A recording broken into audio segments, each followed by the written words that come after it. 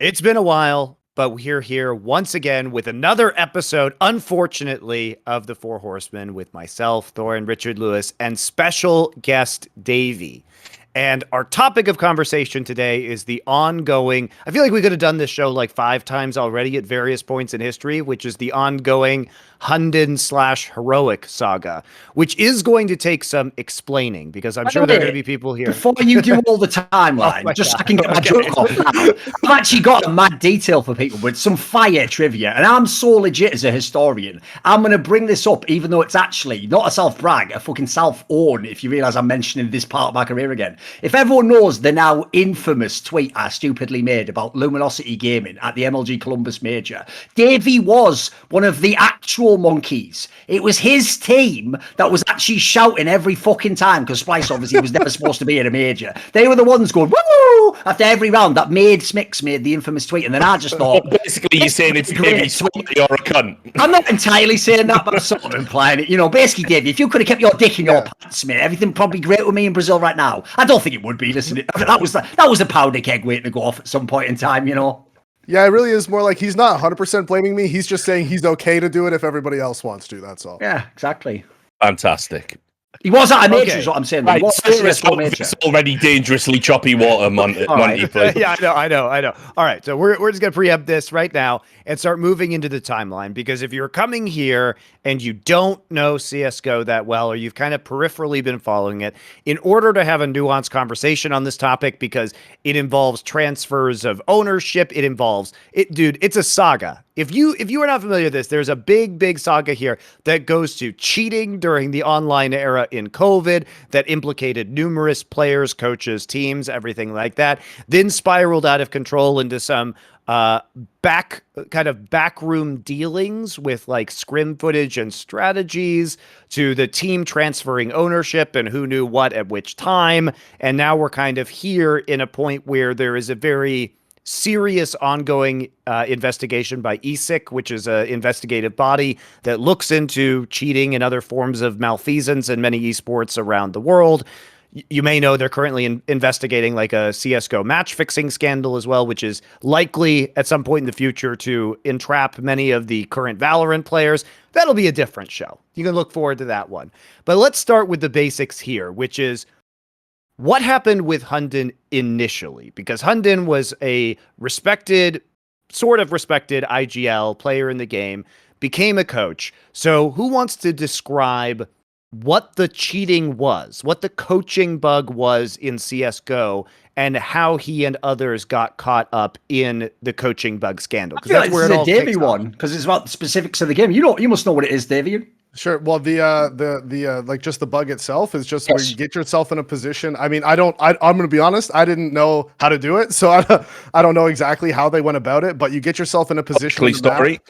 Yeah, of course, naturally. Where they get themselves in a position in the map, and then you're frozen there from the spectator perspective for the entire game. You can look around, you can move your mouse, but you can't actually like move or anything. You're just stuck in one position. So hypothetically, which is what I think the Hunden clip, there was one on Inferno where he had just had a sight line on all of Banana, so he could just see everything the T's were doing on Banana. So you could call whether to stack towards B, like, oh, they're about to execute B, rotate over, et cetera, stuff like that. So you could do it on any map, pretty much in any spot, I think.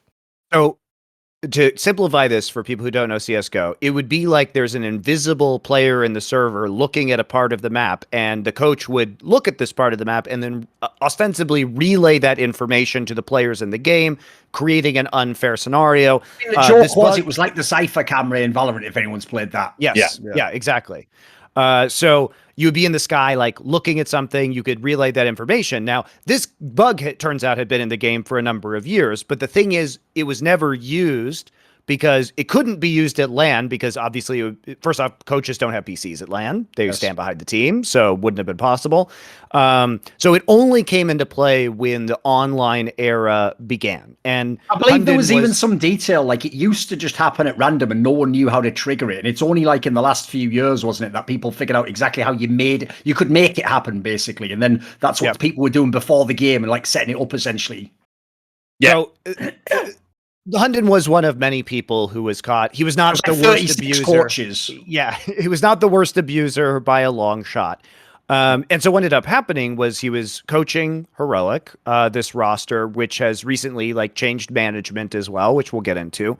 But the thing about this particular case is that some coaches were fired, obviously. There was a ban from coming in from many of the tournament organizers that said, okay, these coaches can't participate for the lengths of time that ESIC, which again is the body that we were discussing earlier, that does a lot of these investigations, recommended, basically, because they're not a tournament organizer, so they can't really enforce it. But for the most part, I tend to follow their restrictions when it comes to Flashpoint, everything like that.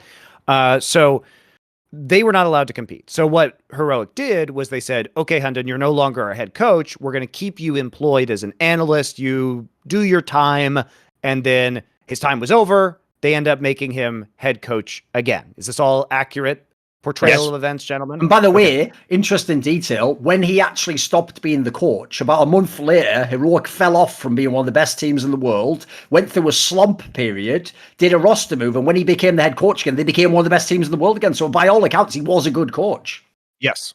And that's what's so cheating, but that's what's so disappointing about this is that he was a good coach that probably didn't need to cheat. Because he had a lot of talent already, was very well respected by the organizations, by everybody in the scene, his players, everything like that. So comes back. And then why you might say, well, sounds like you guys should have had a show about that. Well, maybe, maybe we should have. But now there are additional parts to this saga that is now prompting a secondary investigation because he himself has publicly come forward with a number of new claims.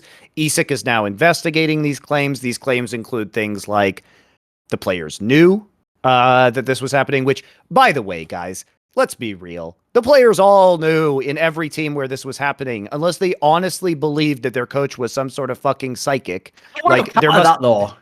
Yeah, I've accounted for that too, actually. Like, this is everyone. I know a lot of people have said that, right? But here's the problem with that, Monty. Listen, I will say in the Hunden case, I can't be sure because based on the way Hunden's handled everything that's not about being an in-game leader and recruiting people, he seems like a bumbling fool. Like, I could believe he would mis-execute this. But here's the problem. If someone was shrewd, I've always said this in Counter-Strike, it's how you know it's idiots that tend to cheat, unfortunately. Because, for example, if Glaive cheated in Counter-Strike, you would never, ever know. He would just only do it once, like a fucking half, or he'd do it in a way where it would be info he could have inferred. So basically the problem is this: if Hunden just didn't overtly basically go like, oh, don't go banana now, like, who are going to push? Like, as long as he just said something like, sure, I'll take that info into my mind, I'd make a read anyway, like, maybe just, like, edge towards B on this one, like, I have a feeling like they might do a little, as long as he was sort of vague, I feel like you could get it past players, like, they could just think they were good reads, Certainly, I believe some of the coaches, like, the obvious one, Richard will agree, I'm sure the hard Legion guy was just straight, just going, like, he was, like, commentating the game like Semler or something, like, are they coming up in banana now? Like, I'm sure he was just remember,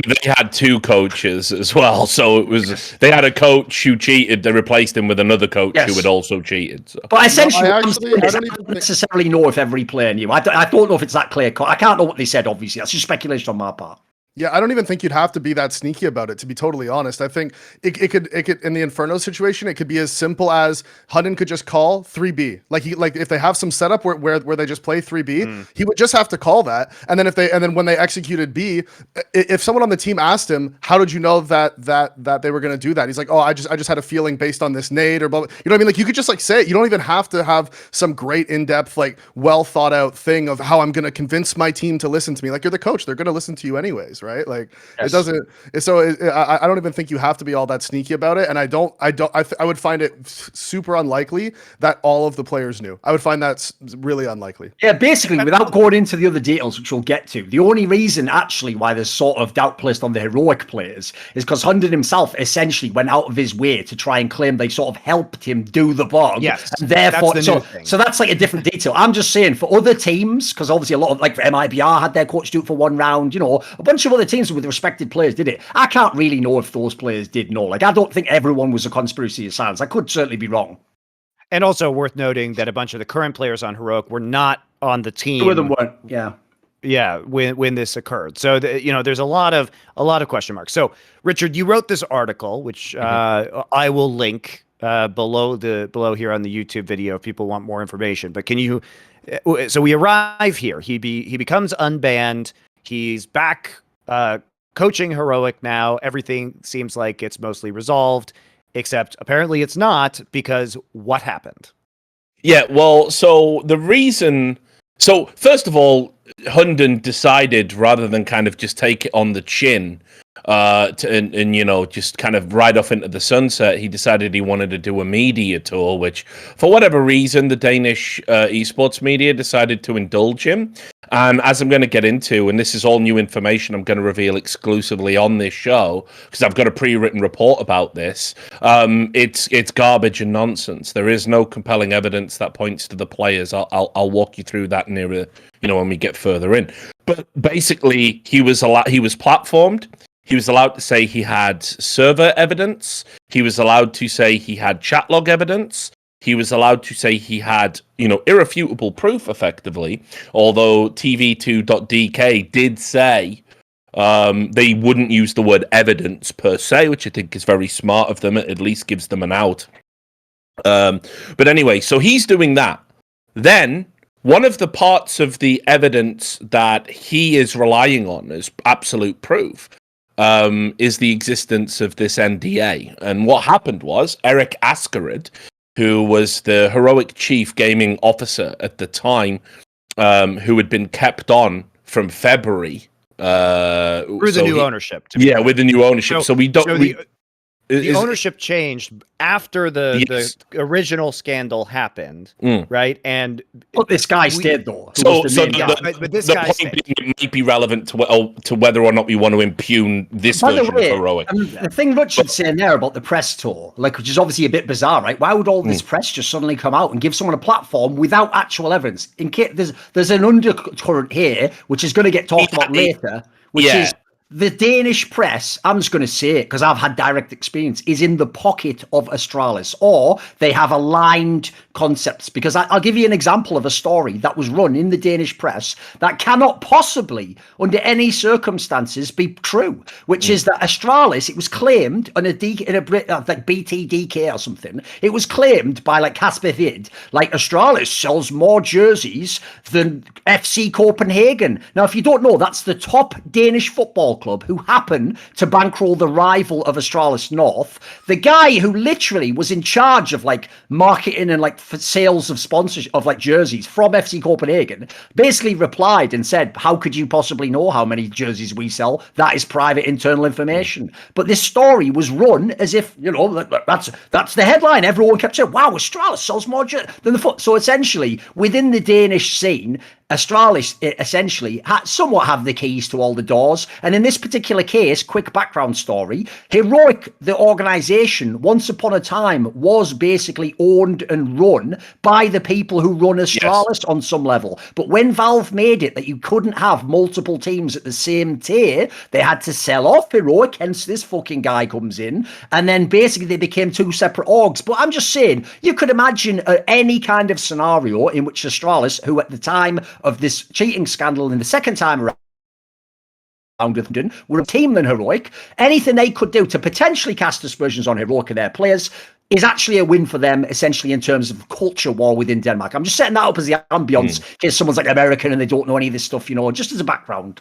And perhaps that played a role in, you know, how I got these documents, because an anonymous source is obviously... let's say, disgruntled with the amount of time it's taken ESIC to arrive at a conclusion. And it was framed to me, there was a kind of fear that the players were going to get away with it. So I think what they thought was, if they wired the information to me, I would look at the information and I would say the players are guilty. So we'll come to that in a moment. But let's talk first of all about the NDA. So Eric Askerid was, again, he's been in sort of the two iterations of Heroic we need to keep in mind, although I'm sure that's going to change. But he and Hunden sat down and said, the day after Hunden was banned, Hunden said, you know, I've took a bullet for the team. And Eric goes, yes, and it won't be forgotten. But what we're going to do now is we're going to bring all the players on board. We're going to bring them all into the fold. We're going to sign a non-disclosure agreement, in addition to the existing non-disclosure agreement, that says if anybody talks about any cheating, any use of bugs, anything like that, it's under penalty of potentially a $500,000 fine. And this non-disclosure agreement will last 15 years, i.e. I wanted to the ask entire Richard, life cycle of Counter-Strike. I know you beyond. get triggered by all the people who go, it's nothing weird about Riot Games getting everyone who ever fucking breathes inside their HQ to sign NDAs forever that say you get put in the pits of hell if you speak. You know, when they claim it, that's just industry standard. I saw people were trying to claim that this is industry standard. Like, well, all teams would do an NDA. Yeah, I saw an ESL admin make that claim. Is that accurate? It goes without saying. I mean, first of all, the first thing to understand, and sorry, Monty, I'm about to insult America. So, American lawyers talk the most shit about what is normal because that's how they get paid. And I love a lot of the lawyers. I mean, you guys know I welcomed a lot of the lawyers when they first came and landed on the shores of esports. I came down with my fruit baskets, didn't I?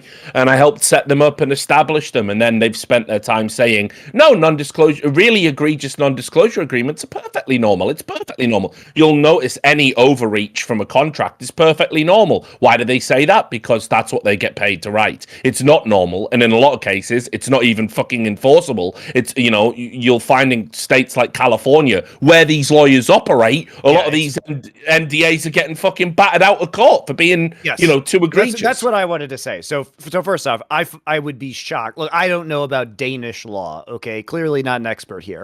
But I would say in the States that my experience with NDAs, not being a lawyer myself, but having worked in law, I would think that this level of NDA, at least in California, would be very not enforceable.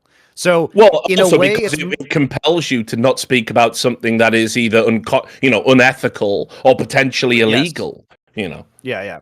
So, and also just looking at this, like, Richard, refresh my memory of the timeline. When was this NDA issued? Was it issued right after Literally, they concocted it the day after Hunden had been banned. Okay. So it was before the new ownership as well. Yes. I think, wasn't the ban something like, August or September last year? It was sometime around August 30th, and the NDA alteration was like August 31st. There we go. So this is, I think this is plenty of time before the sale and the new players came in. Yeah. And like, I understand why they did it, but I don't think I would be shocked if this was held up in any reasonable court in the world, because it's so broad. And also, like you're saying, like I would also imagine it depends on the laws surrounding like, sporting within a given country, because if there were strong laws in a country that around like behavior on cheating in sports and possible match fixing, that this would be really not legal.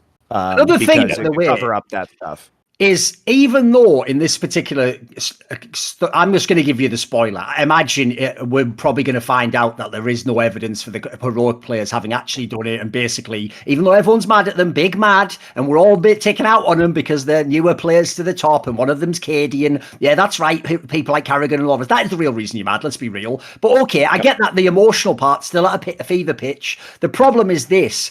The heroic org, if indeed they did do that, even ask them to do that, could have fucked those players so hard, because to a fan who doesn't understand the concept of circumstantial evidence, their logic would be, well, why would anyone sign the NDA unless you guys all knew and you cheated? Like, they couldn't understand, as bizarre as it sounds, that even if you didn't know, that the org would want you to sign it just to control the environment. So I get the feeling, unfortunately, that in itself, the idea that was even on the table sets a terrible precedent that to a fan makes it seem like no smoke without fire, which is one of the phrases I hate the most, because people make shit up all the time.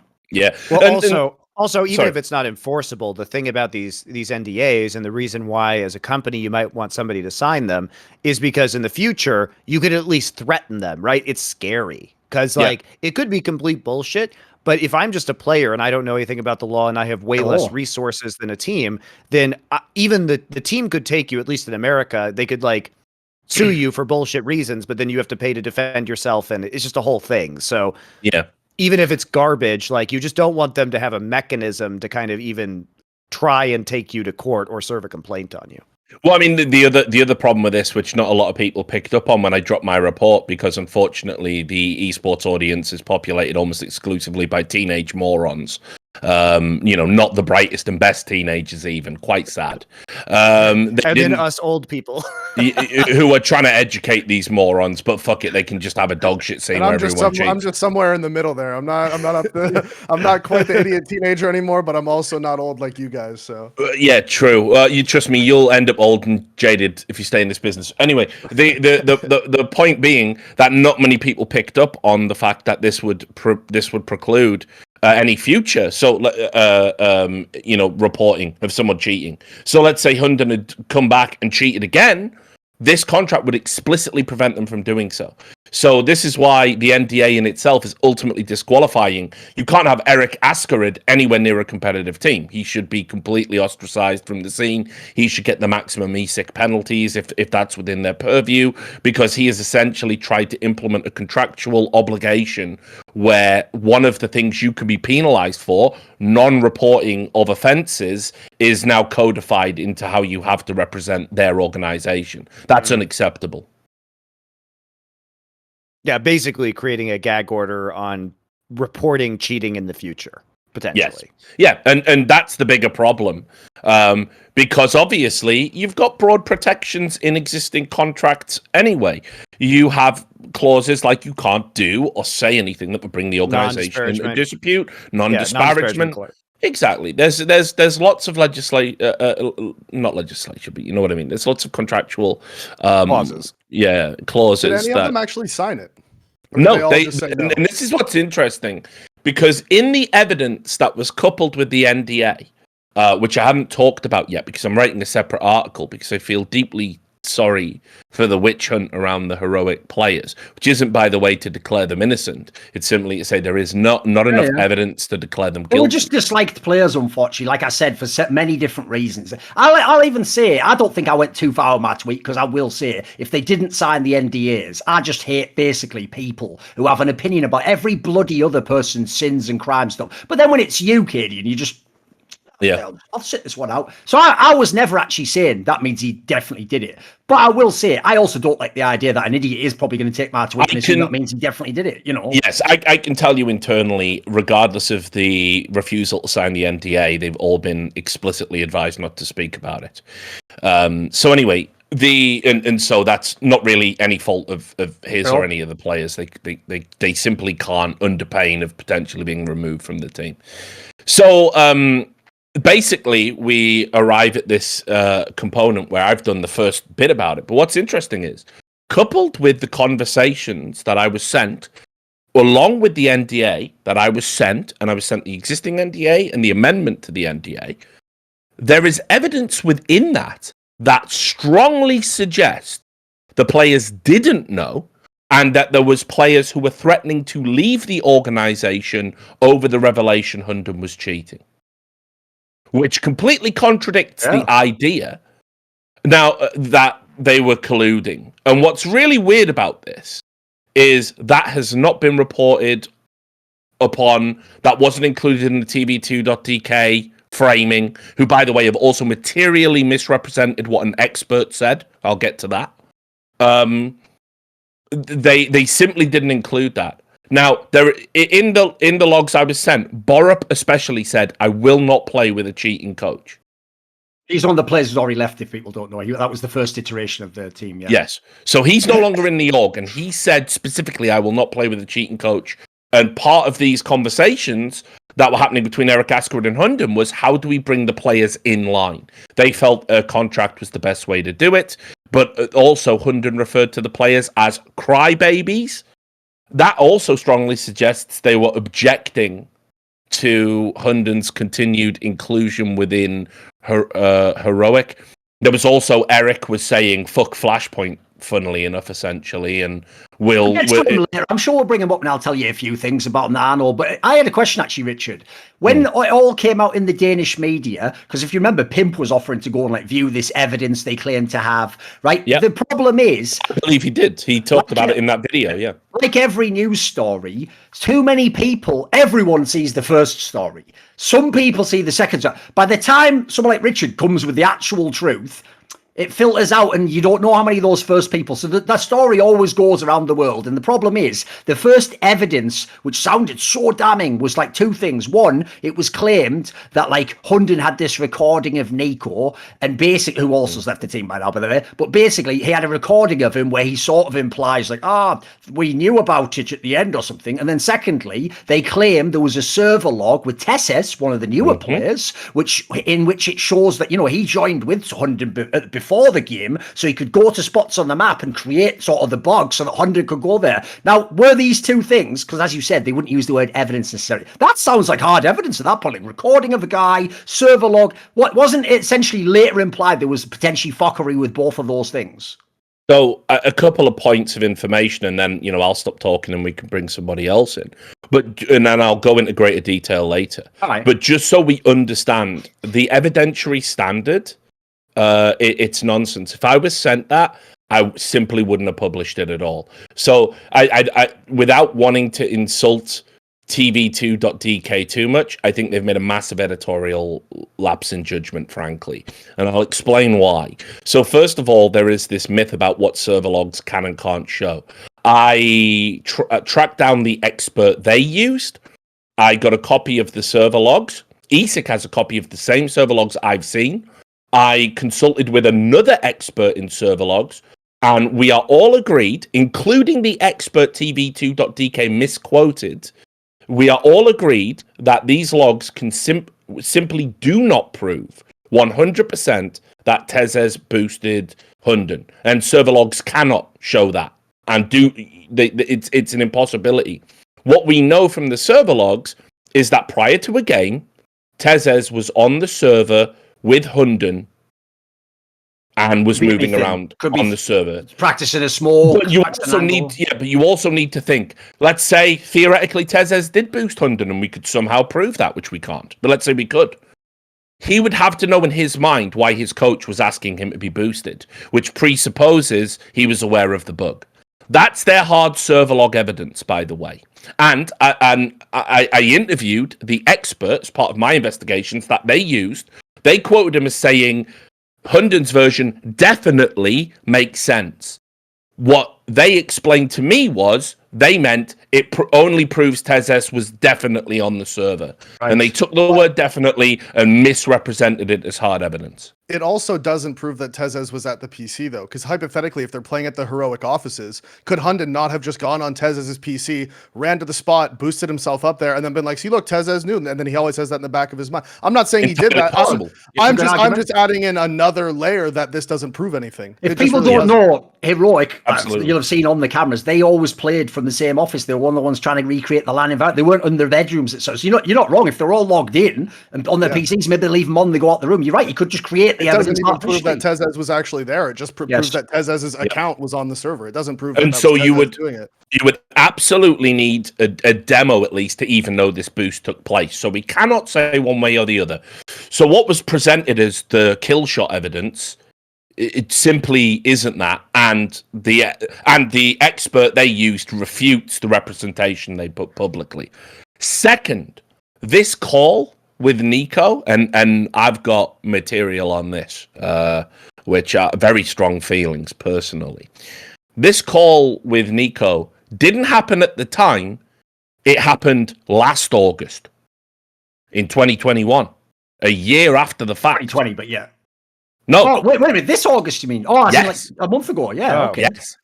And why did that happen? Because it was a last desperate attempt by Hunden to ask niko leading questions to try and get them to try and get anyone on the team to confess and break down.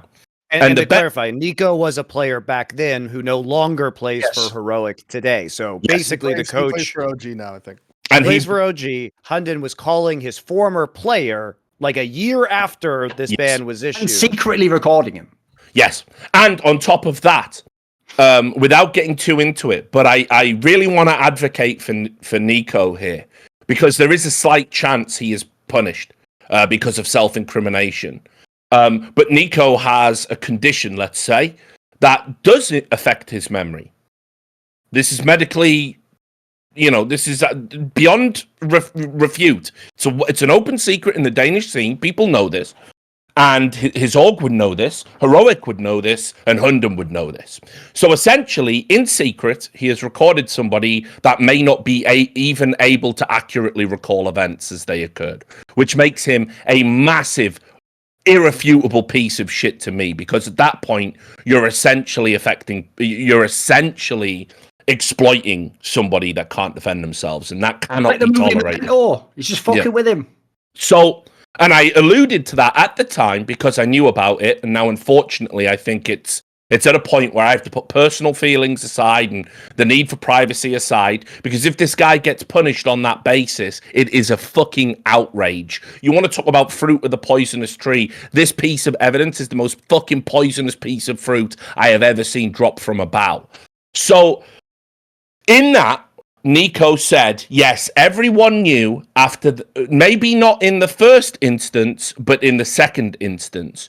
Hunden only cheated in 2 instances. So what niko is essentially confessing to, if we take him at his word, which I don't think we should, he is essentially confessing to, on the last instance you cheated, I guessed, because everyone in this context means absolutely nothing. How can niko know everybody's mind? A year after the fact, we already know Borup openly, with Hunden's own words, was going to leave the team over it, heavily implying he didn't know and didn't consent and didn't collude. So everyone is meaningless, because we've got contradictions to that statement. Essentially, what he's saying is, I figured it out after the last time you cheated. So the only crime that we can even reasonably infer is that niko guessed and then didn't tell anyone. That is it. That is the entirety of the smoking guns.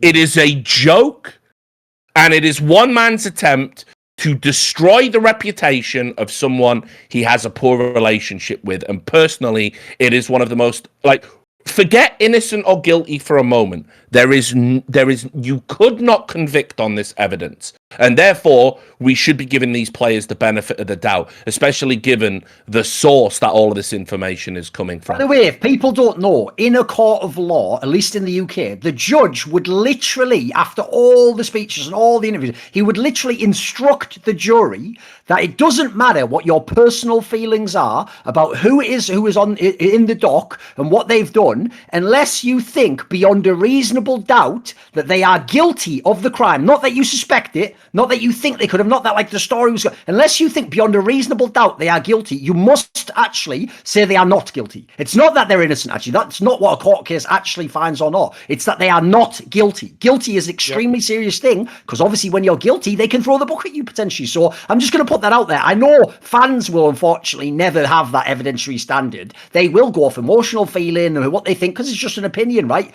But in court, that is what would actually happen in that case. So based on what Richard said here, loads of this would be, first of all, the interview might just be tossed out because it's secretly recorded. The logs don't show anything, and the expert would basically say it in an interview in court. Actually, I didn't say that at all. It's misrepresented. So as far as I can tell, the problem with this whole situation is everyone's gut feeling was some people thought Monty, well, everyone must know anyway, and other people just thought, well, I don't like these players, so it's a great angle to sort. It's basically it's just a fucking rod to beat them with, isn't it? So I have to say, I even felt the feeling myself of did these fucking players know?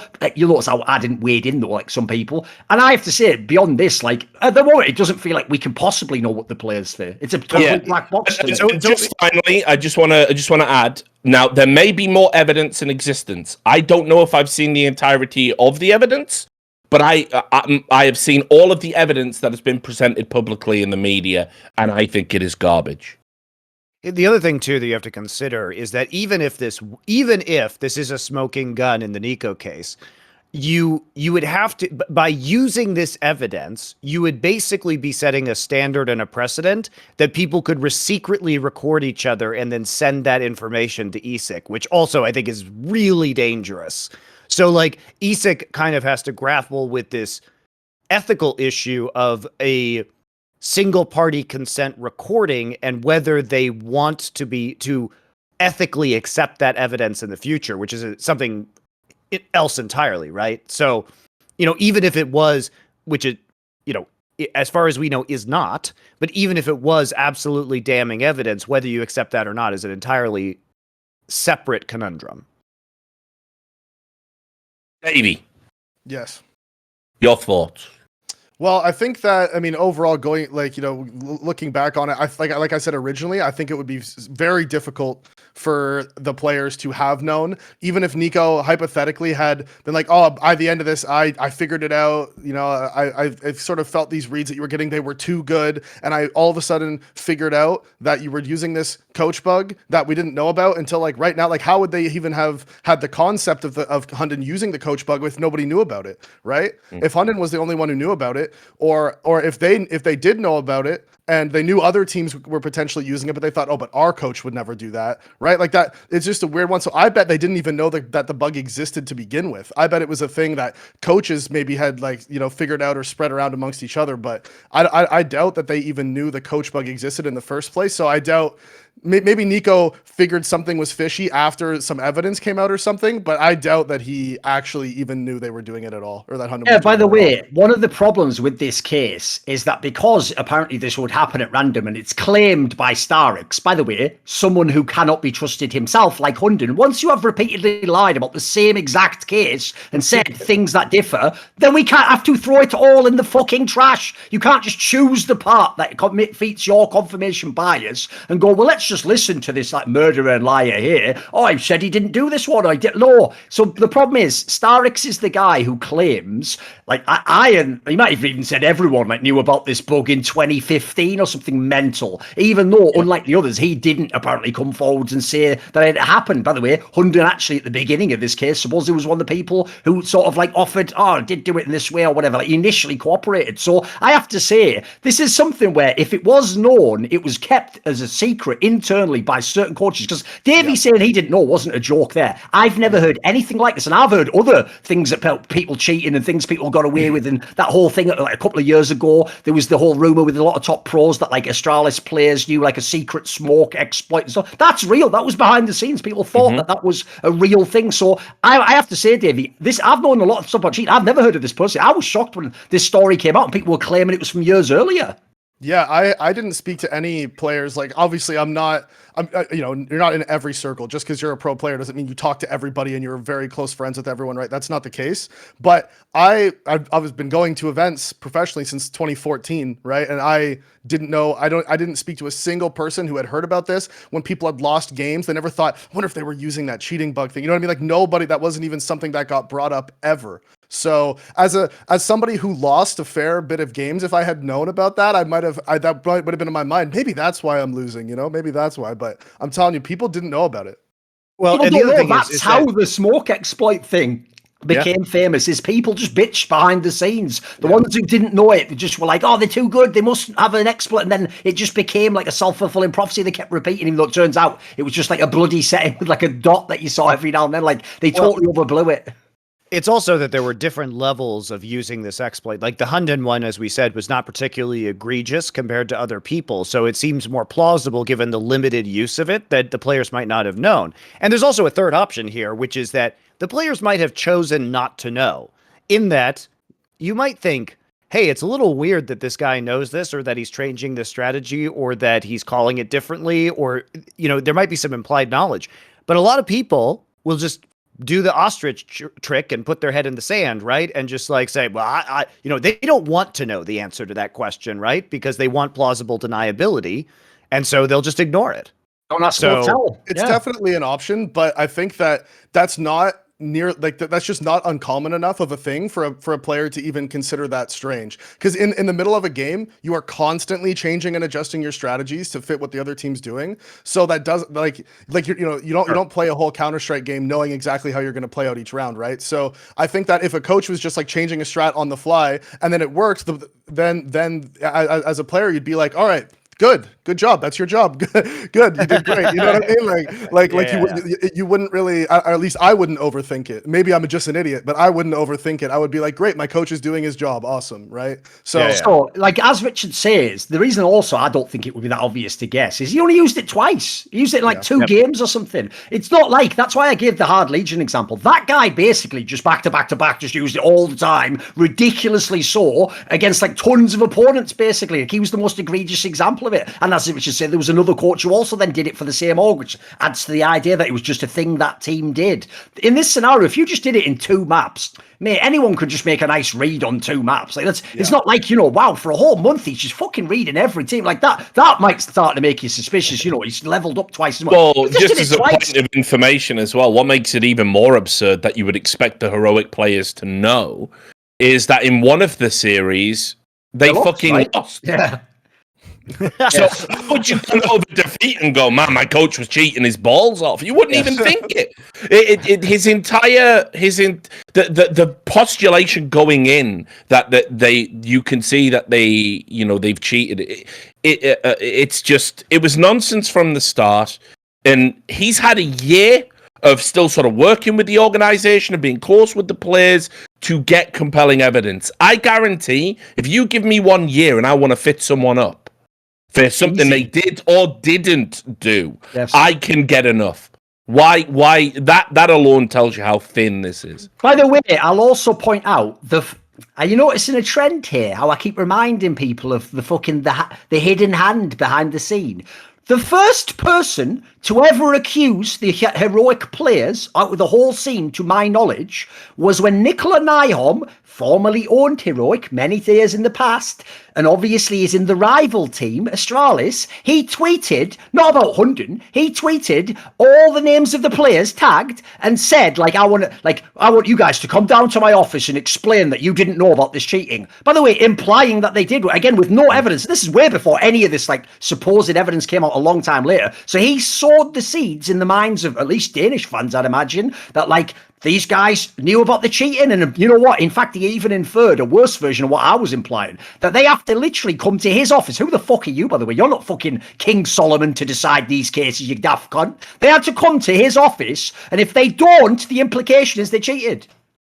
You are never compelled to go to a private third-party fucking independent citizen and just display your innocence and prove that you didn't do something, which by definition cannot be proved. So I'll just say he sowed the initial seeds way back, which is also, by the way, slight side tangent, why it's outrageous that then a few months later, a story came out, rumour, Hunden will be replacing Zonic as the coach of which team? Astralis. So essentially, again, even if at the end, maybe Nikolai, believe it or not, it's actually just shout from the peanut gallery, he somehow always has a little bit of influence over these situations when it's a rival org, I notice. So, by the way, everybody, we're still doing the backstory on this whole thing because we're not even done yet laying out the facts, because you might look at this 10-layer deep shit cake that we're currently building for you, and you might think, how could this shit cake contain any more depth of feces than it already has? Well, there's even more. There's more layers. There's shit frosting on top, which is that now it's being revealed that Hunden was attempting to leak strategies to a rival team. So can you pick up the facts on this one, Richard? Because it gets even weirder. Right, yes. So somewhere in the mix, and how we ended up with Hunden basically trying to throw these players under the bus with flimsy evidence, is that one of the teams he cheated against, Danish rivals Astralis, are apparently set to lose their legendary coach, Zonic, who has been an integral part of their success for the past few years. Now, there's not really a glut of Danish coaching talent. So even though use the bug, yes, yeah. I mean, almost all of the Danish coaches have at some point used the bug, and so why not go with the most successful one and obviously cut your big local rivals off at the knees, essentially. And you need talent for Astralis if you're going to lose players. He's the #1 talent scout in Denmark. He brought through all the big names. So, by the way, as much as I'm sort of throwing egg in his face, by the way, if you hadn't have done that tweet, it would even be the move. I would say Hunden's the guy you take to Astralis. It's the logical move. Yeah. And so they reached out to him. It was all agreed upon behind the scenes. And then Astralis and Heroic are set to go to IEM Cologne at the time and compete there. Now, for whatever reason, and again, I do believe Hunden has said publicly this was about abuse and mistreatment and about pangs of conscience, which of course we know he has no conscience. He's a piece of shit. He said that, he started having problems with the Heroic management. And for whatever reason, they put a statement out saying Hunden's not going to travel with us to IEM Cologne. We've lost trust in him. And people were like, what's going on here? And they played their tournament, and then it transpired after IEM Cologne. Hunden, in some sort of just insane act of hubris, I mean, this is a convicted cheater doing this. I don't even know why he would do this. Decided to try and share Heroic's strats with the team he was going to join, Astralis, knowing that they could potentially play each other at that competition. And in addition to that, locked out all of the Heroic players and staff from accessing the coaching strats that they'd contributed to, which he was specifically paid to create for Heroic, that Heroic own, essentially. And he locked them out of a shared drive. This came tumbling out. Heroic Hunden himself went first and said, "You're going to hear some rumors, guys."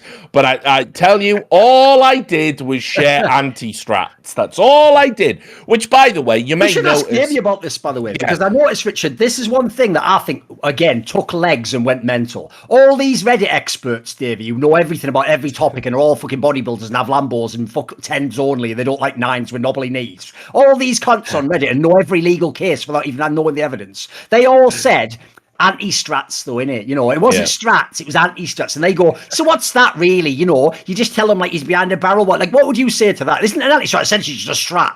So, okay, so in this meta specifically right now, just to break down really quickly sort of the history of CS metas, there was a while where we had that sort of 4-1 meta with the hard lurkers, you're happy, you're get right. You had 4 people taking map control somewhere else, 1 person trying to catch those timings on the rotations, right? Then there was that meta where I think Tai Lu came into the scene like 2015 and they threw this 5 smoke execute on Mirage, and Kaboom did a similar one, and everyone was like, oh my god, we need 5 smoke executes everywhere, right? And that sort of got rid of the lurker meta. And then now the meta we have right now, especially with the online CS, is very defaulty and very free flowing, where one person takes map control here, that creates space somewhere else. You need to fill that void immediately, right? Same thing with CT side. That's the meta. So in the current meta, like anti-strats would be your reactions to certain situations. That would be, which is the entire meta of play right now. Is how you react to things happening on the map. The entire meta right now is reaction-based Counter-Strike. So anti-strats in this current meta would have the most impact, I think, in any previous meta of Counter-Strike. I think this would be like the biggest one. And to answer the obviously just the base question, anti-strats are just strats. Yes, and to even add to that, it sounds ridiculous. Obviously, strats. I know. Heroic themselves came out and said it also showed, tendencies for certain opponents, the way they would play some of their defaults. It was deeper than just if situation X occurs, you do Y, right? So, exactly. No, but apparently nobody actually clicked on this link that was sent, right? That's the thing, is that allegedly it's amazing writing. If this was one of those fucking HBO drama series, that's what they'd reveal on the second to last episode. Like, but nobody accessed the link. Like, how deep does this fucking rabbit hole go? Well, get me out of the matrix. Get me out. I can actually answer that, Duncan, because, I've done I've really done a deep dive on this because I feel so aggrieved for the Heroic players, especially Shush and Refresh, who weren't even there when any of this happened, and yet they're being called cheaters when they've never even worked substantially with Hunden. It's madness. And I love a good story, and because I've worked in esports for 16 years, I'm conspiratorially minded in the sense that they're not well, they are conspiracies. It's cynical.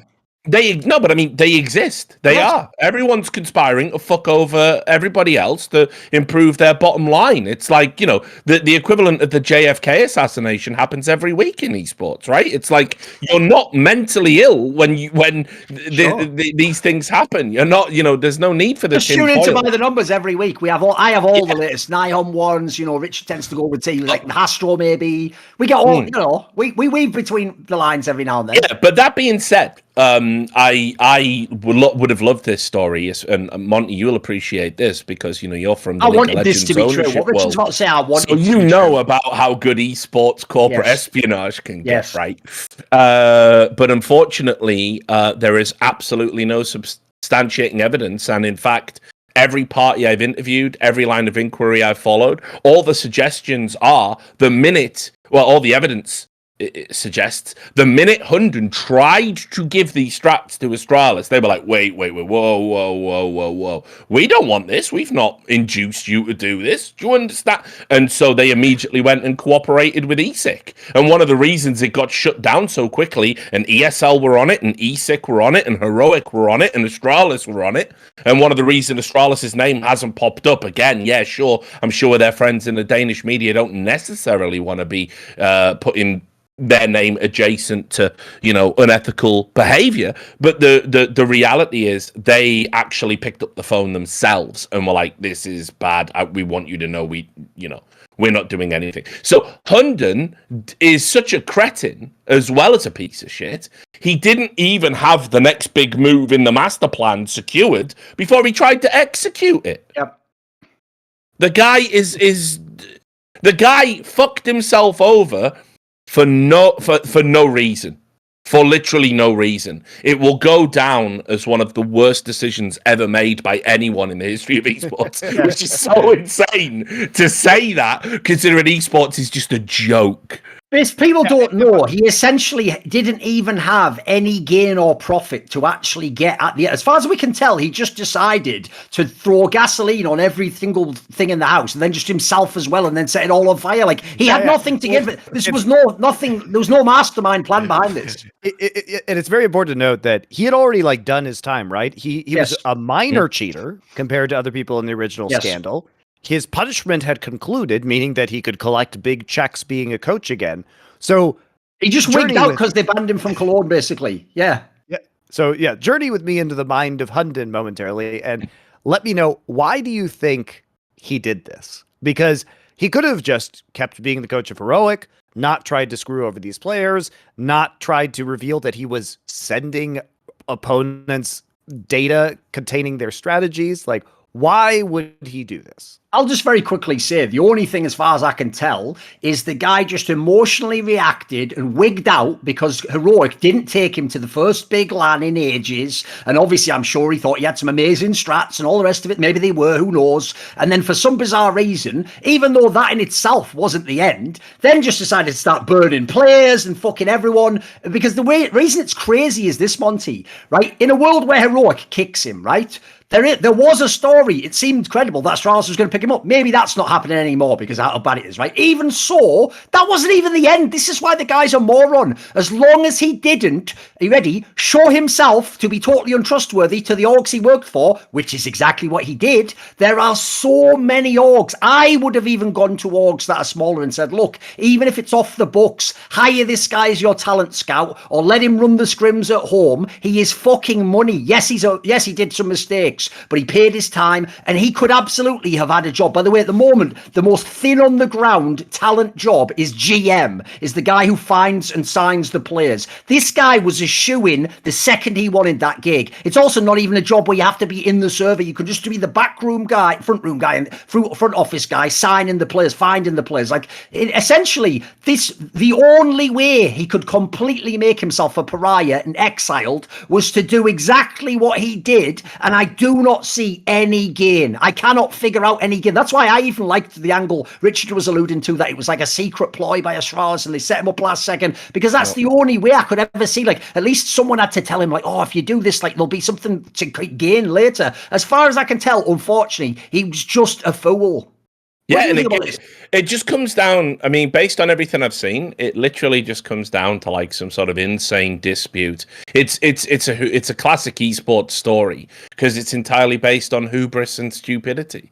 And what effectively happened was Hunden had convinced himself in his mind he had took a bullet for the team 1 year prior, and therefore deserved all of this respect. Him and Eric worked on these statements that they were going to put out. The original plan, as I said, when they were discussing "fuck you" a Flashpoint, they were going to say any competition that doesn't mirror ESIC's bans or isn't signed up to ESIC as an exclusive partner, Hunden will be there and Hunden will be coaching. That was the original way they were going to play it.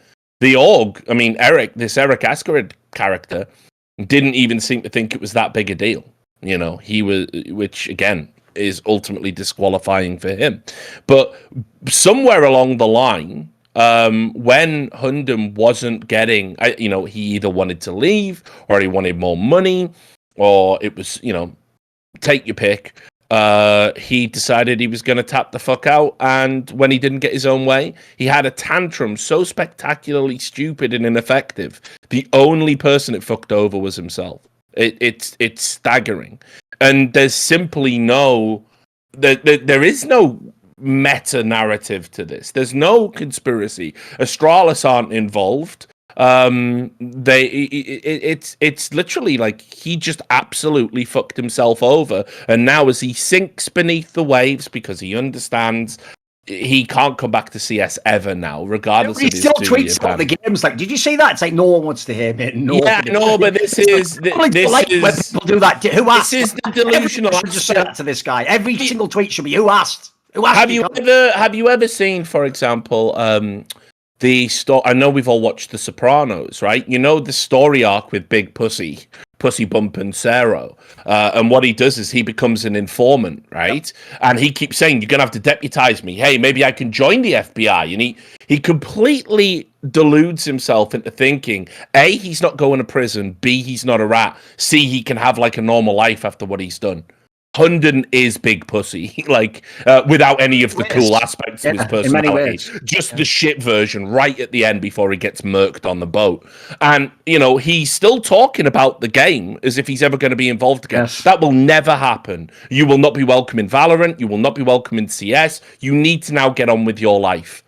Because everything you've done is again utterly disqualifying. You can never work around players. You can never be trusted within an organization. You certainly don't care for the welfare of players that have underlying conditions. You are a fucking snitch, a rat. That you might even, as I said, there's a law in Denmark where, yes, it's a one-party consent law, as in anyone on the call can record it. But the minute you share a call that is assumed to be private, that could very well be against the law, by the way, depending on the interpretations. So what else can be said about this guy? Does he have any redeeming qualities? Not as I see it, and I can't see anyone taking a punt on him in esports ever again in the future. He's done. By the way, I want to get, did you have a perspective on like what he could have thought, what was going through his head, Davey? Yeah, so I was thinking, so obviously I agree, and I think what you guys were saying is probably the most likely scenario, and maybe that, maybe mine will sort of play into that, I thought that maybe when he sent that to Astralis, and they immediately were like, whoa, bro, like, what the hell are you doing, right? What if he thought that, okay, I'm kind of getting in trouble here. This might make me look bad to Astralis. Maybe they won't hire me after I'm done. Maybe I need to show them that I'm going to be like loyal to them now. And he's free and he's not thinking straight. And he just sends it over as like a don't worry guys, I'm on your side. Don't worry. Still hire me, right? Maybe that was part of it. Like, I don't know. Yeah. I don't really know the guy, but I think that because I feel like there must have actually been some thought like in his mind, he must have thought he was doing something to help himself, right? Otherwise you wouldn't have done that. So he must have thought for whatever reason that was going to be something that helped him. So I was trying to think of how he may have thought that, and that's really all I could come up with. Here's the thing, I could take that because here's the angle. Essentially, he obviously doesn't understand, by the way, what a terrible precedent you set it when you burn completely your old employer, that your new employer isn't going to go, Well, joke's on him. It's not me. Well, it is going to be me in a minute if I hire you. That's what every employer now thinks. They go, well, I can't trust you. You'll just fucking turn on me and wreck the place. So I actually think in that scenario, if he doesn't understand that principle, Davey, he easily could stupidly think that by saying to Astralis, look, I know I'm about to be out here, so I'll just basically betray them. Like, that gets me in with you, right? Even Astralis, who are pretty scumbags themselves, even they might be like, well, fuck, if you'll just do that to us then. If we don't, like, yeah, I don't think he got that principle. So that's not totally implausible. Especially because they didn't, when the original thing that happened, he was protected by Heroic. He was kept on their payroll. They moved him, they covered for him, right? So I feel like if you're Heroic, you're probably feeling betrayed in and of yourselves. But if I was looking at this from the outside as somebody to hire, even if he is a wonderful coach, I think, wow, look at the lengths that they went to continue to pay him, right? And to continue to keep him on the roster, promising he would get his coaching spot back. Like, saving him in many ways. Yes. And they went out on a limb and he still did this, right? So clearly everything's in play at this point in time. Yes. Yeah, totally. It's just ridiculous. You could argue the Heroic Org until the Cologne thing were more loyal to fucking Hunden than the players, who we don't even know if they did anything.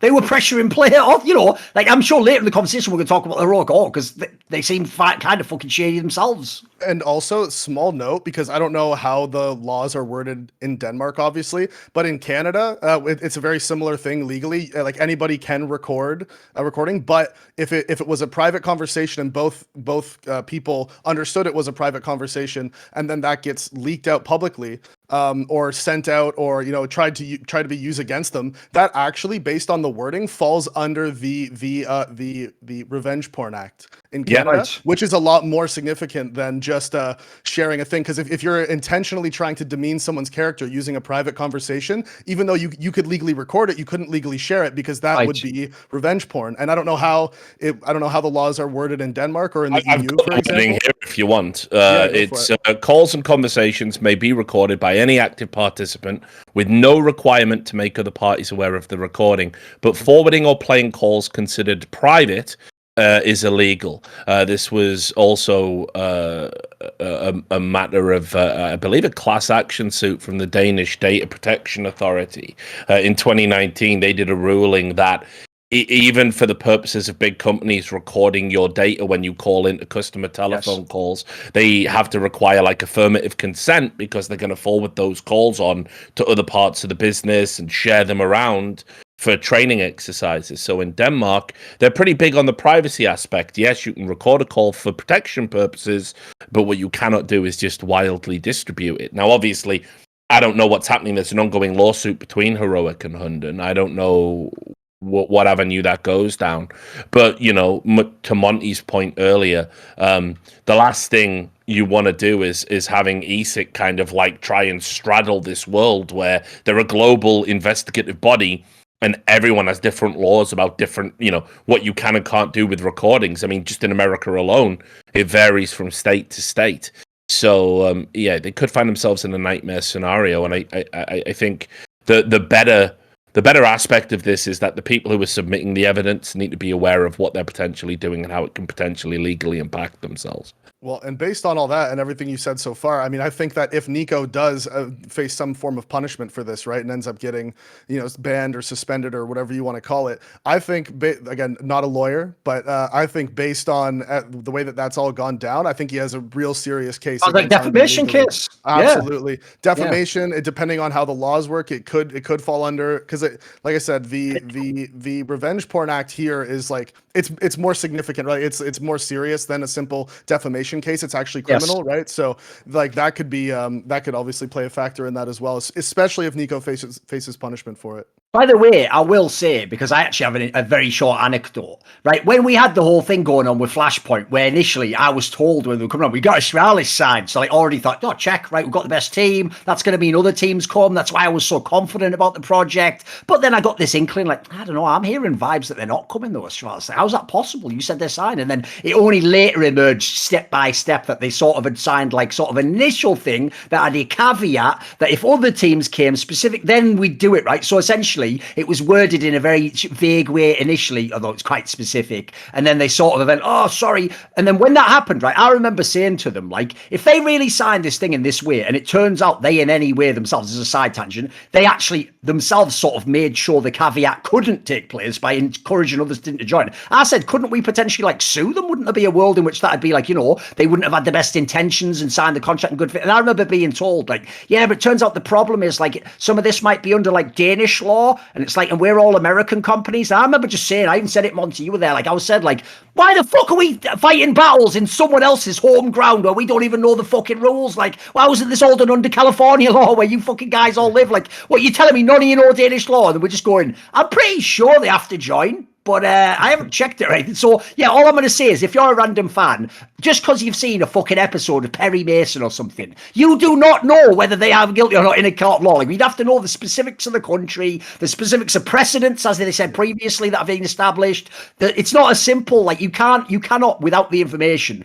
know what 12 people in a jury would think of a fucking case and whether you'd be guilty or not. It's actually incredible. That's the reason why lawyers get paid and can argue all sides of a case and a million possible angles, and they win outrageous cases and they lose surefire cases. It's way more complicated. The law is not something that's just like, they don't just literally look down a rule book and go, yeah, that's 10 years for you. Actually, you just go to prison now. Like, that ain't how it works, guys. By the way, the sad thing is, I think we're actually only up to like, and that brings us to today. So, what is the new information? What is the new info? Well, so obviously a large part of that is the breakdown in the evidence. I mean, I've got aspects of I've got the transcript of the call in front of me, and I mean, again, I put it this way: the Danish scene in regards to this have been ridiculous, and everybody seems to think, and I've had this said to me by one of the sources I interviewed, this is the biggest scandal in Danish esports. And it's like, it's not even the biggest fucking scandal this week, you mad cunt. Because essentially what we're talking about is, and again, all the evidence points to, that maybe after the second use of the bug, one player thought that they might have known about it and then didn't report. Now, obviously, if you suspect someone's cheating, you should go and tell somebody about 100%. It, right? No one's disagreeing with that. But if you don't know and you've just got an inkling, how can I put it on you that you must go and file a report with an investigative body saying you suspect somebody of having done something, and then pass that off to they investigate. And if you don't do that, you are then under penalty of being banned yourself, should that individual ever decide suddenly out of the blue to start secretly recording you and trying to, retcon what actually happened in that situation over the course of a year. You simply cannot, in my opinion, based on what I've seen, you can't ban any of these players. And I'll read you. This was a part of the call that was specifically highlighted as being incriminating, right? So you tell me how incriminating this is, and I'll read it to you. Hunden. That being said, now that we're here talking, I don't know if it might be for the better to go out and tell the truth. I mean, for the 5 of you to do it. I mean, you were ready to go out and tell the truth the last time. Also with Rene, that you had been a part of it. That's Tezes. Tezes, yeah. I know it might end up, and I don't think they're going to end up banning you guys anyway. I don't think ESIC has the resources to do anything about it, honestly. Now, in that paragraph, you can see that Hunden is attempting to induce Niko to confess. Yes. Not very well, but yeah. You probably even get away with it, bro. By proffering the idea that ESIC wouldn't ban him if he publicly came out, which of course is nonsense. They absolutely would, and they would have to.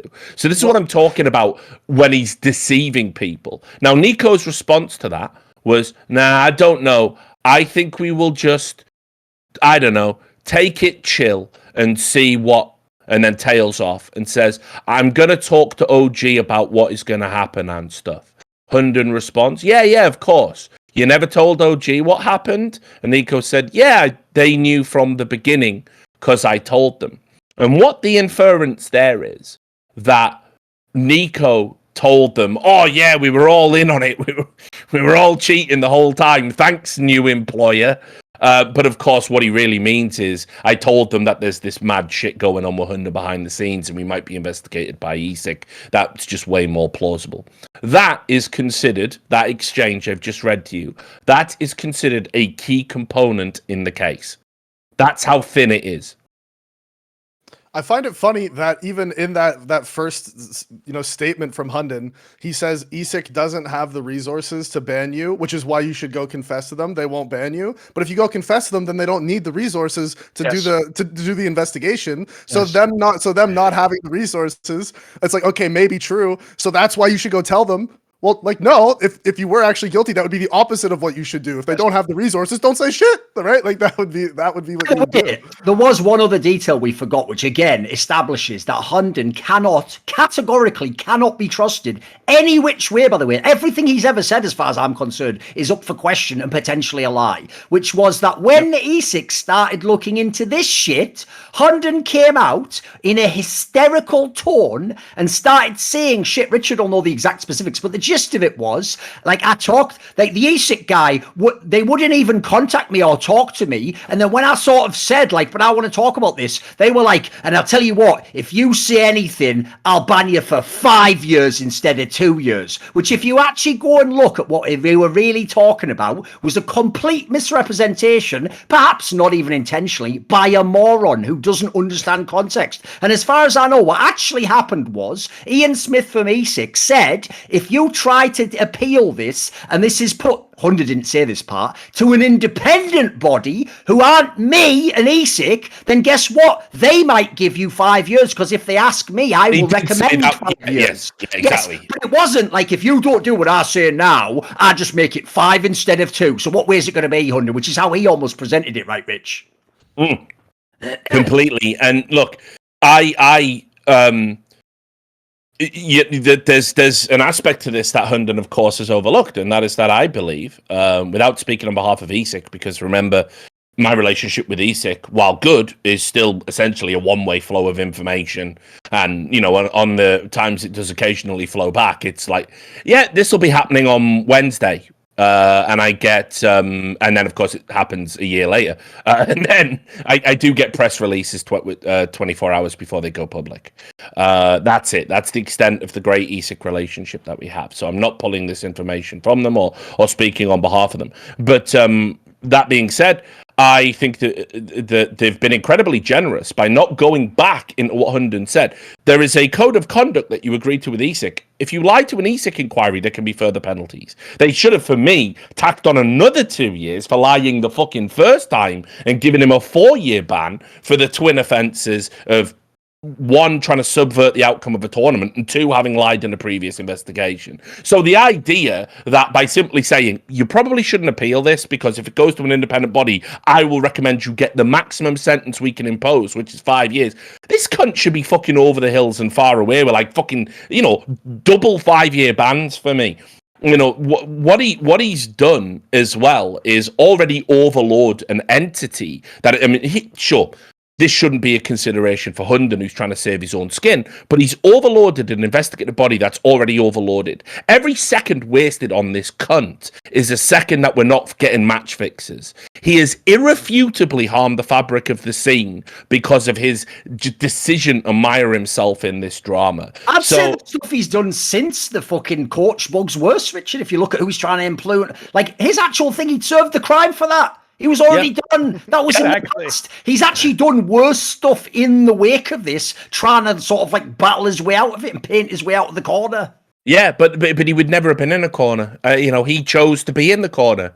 He got back from doing a year ban, which, by the way, one of the big criticisms I would level at ESIC is they've really got to figure out the sort of hierarchical structure of their bans, because 2 years for sharing strats to subvert the outcome of a tournament, 1 year for actual cheating on 2 occasions that did subvert the outcome of a tournament that they won with a $30,000 prize. These things don't align, and this is another. So I would have gone so far as to say, I mean, he should have had a longer ban in the first instance, and then none of us are here. But the difference there is because Hunden does seem to have some sort of elements, and again, this is not my professional opinion because I'm not qualified to make these determinations. But if I was to guess, there's some elements of psychopathy in there. Yes. I'll give you a joke. And now it turns out, Richard, the one good thing he seemed to have done, which really won favour with me, is that he came forwards, actually, before he necessarily had to. Exactly. No, now it looks like he just fucking snitched on himself. Rap snitches. Well, no, so That's a cut and a half. So the reason he wanted... MF'd him forever. The reason he wanted, I think, to sort of do that now in a grander context is there seems to be some part of his brain that likes attention even more than the average anime profile zoomer on fucking, Snapchat. It's ridiculous. I think you mean TikTok. TikTok. That's the boomer tick, I know. Yeah. That's almost like when Monty in 2015 was like, "What is this Snapchat everyone's talking about? I should download." It's like, Monty, that you were only about 28 then or something. Like that was like a fucking 50-year-old man tick. But I wonder how much of it has to do with the fact that he had all that sort of attention and all the just the large amounts of respect from the Danish community, the overall CS community, as this guy who brings up these young players, makes them into real good, and then he lost not that even when that, he got Davey. banned. It's not even that. Let me tell you. I mean, Duncan touched on it earlier. The accelerator pad for why this has blown up and why TV2.dk have published, a really weak set of stories. And blown out proportion. It simply comes back to the fact that my understanding is Eric Askerid's not particularly well liked in Denmark. His ongoing tete-a-tete with Astralis hasn't been particularly well received. And the fact that these are a group of players who for the longest time have been despised. When Cadian and his crew won DreamHack, and this was when Hunden first got banned, even though the cheating hadn't took place at DreamHack, it was a long time in the past prior to that. They'd clearly still been a really good, well-drilled team. This had zero impact on that competition. Everybody said, yes, this is why they're winning in the online era. They're all cheating. Yep. There was a rush to judgment. And this judgment wasn't even placed on the person who got banned for cheating. It was literally laid on the door very quickly. It was laid on the doorstep of the players for reasons, that we can only assume is prejudice and bias against them based on their personalities and reputations within a small scene. Right? Yeah, it's just easy shit to throw for the random idiot in a Twitch chat, right? It's like they just spam, cheaters, because they're mad that the team they wanted to win lost to them, right? It's just easy. I think for most of it, it's probably not even really that deep. Yeah. I wanted to quickly actually just reference the past that Richard's saying, though, because again, people who don't know CSGO aren't going to know this. There's 2 details here. One of the all-time redemption arc, personally and professionally, in the history of CSGO that I'm aware of, I've never seen this happen, is the player Cadian. Because if people don't know, way back in the day when he was just a little shit, like everyone who's 16 or whatever, and chatting shit to players, and then people who are better than you don't respect them. And so what happened was, way back in the day, within the Danish scene, there was a Facebook group effectively called Fuck Cadian. It was like the No Homers fucking club on the treehouse. It was like no Cadians allowed, and everyone was in it, and it was sort of like, yeah, fuck this guy. This is ages ago, right? So as a result, for example, if people don't know, when he was one of the desk analysts who replaced me at Katowice 2014, he wasn't playing in a Danish team. He was playing in a Mad Mouse Sports team with players that were rejects from every single region. And then he literally played many different teams that weren't Danish teams. He played in the fucking Rogue lineup with like Swiss and Bulgarian, and then he got to the NA one that had a bunch of players like that. So this guy had to be the ultimate journeyman. And I have to say, if you watched his game back then, his problem is he wasn't a superstar player. He was like a streaky AWPer who could have a good map and hit everything. He had a flicky style, or he could have a bad map and miss everything. And basically, everyone thought, look, I don't like you, and you're also not, it's not like you're simple, so I don't have to bring you into my team. Then he got to this heroic squad, who with the old lineup, it was a much weaker lineup, like niko and fucking Borup aren't Tessus and Refresh. They had a much weaker lineup, but because of the online era, that was their vibe, they got to #1 ranking in the world, literally, I think it was last summer or something. So when this happened as well, it wasn't even just that it was like, the other players carrying.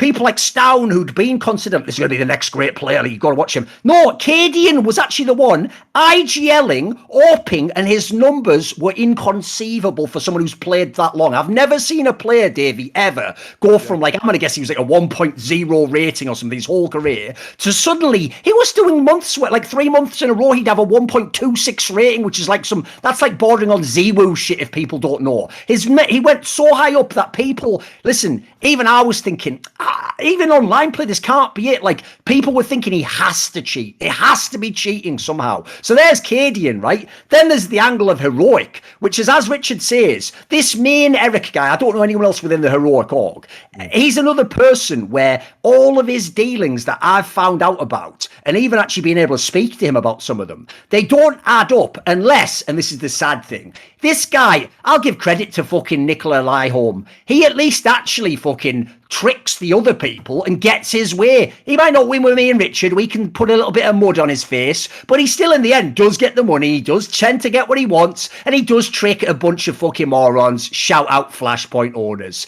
But here's the issue. The Eric guy is like a moron who tries to be like Nicola Nyholm, but isn't even as good. Because as far as I can tell, he's fucking owned himself about 5 times in a row, and he still thinks it's a master plan, like some Bond villain that's going to like spin to his favor at the end. Because I'll give you a couple of quick things that happened last year, right? And remember, this is a guy who supposedly and told me, I didn't ask him to do the call, by the way. I'm not speaking out of school here. He told me, I don't like Astralis, and in fact, I'm going to sue them. And because he was trying to explain away things that are inconceivable if that is true. One, if you remember the story, Flashpoint actually got Heroic the team when they were number 14 in the world for season 1. Except they didn't, because when they arrived in fucking LA, it turned out that like one of them didn't want to sign the contract. What does that mean? It turned out basically Heroic just sort of told them, you've been sold to FPX, the Chinese. And apparently the terms of their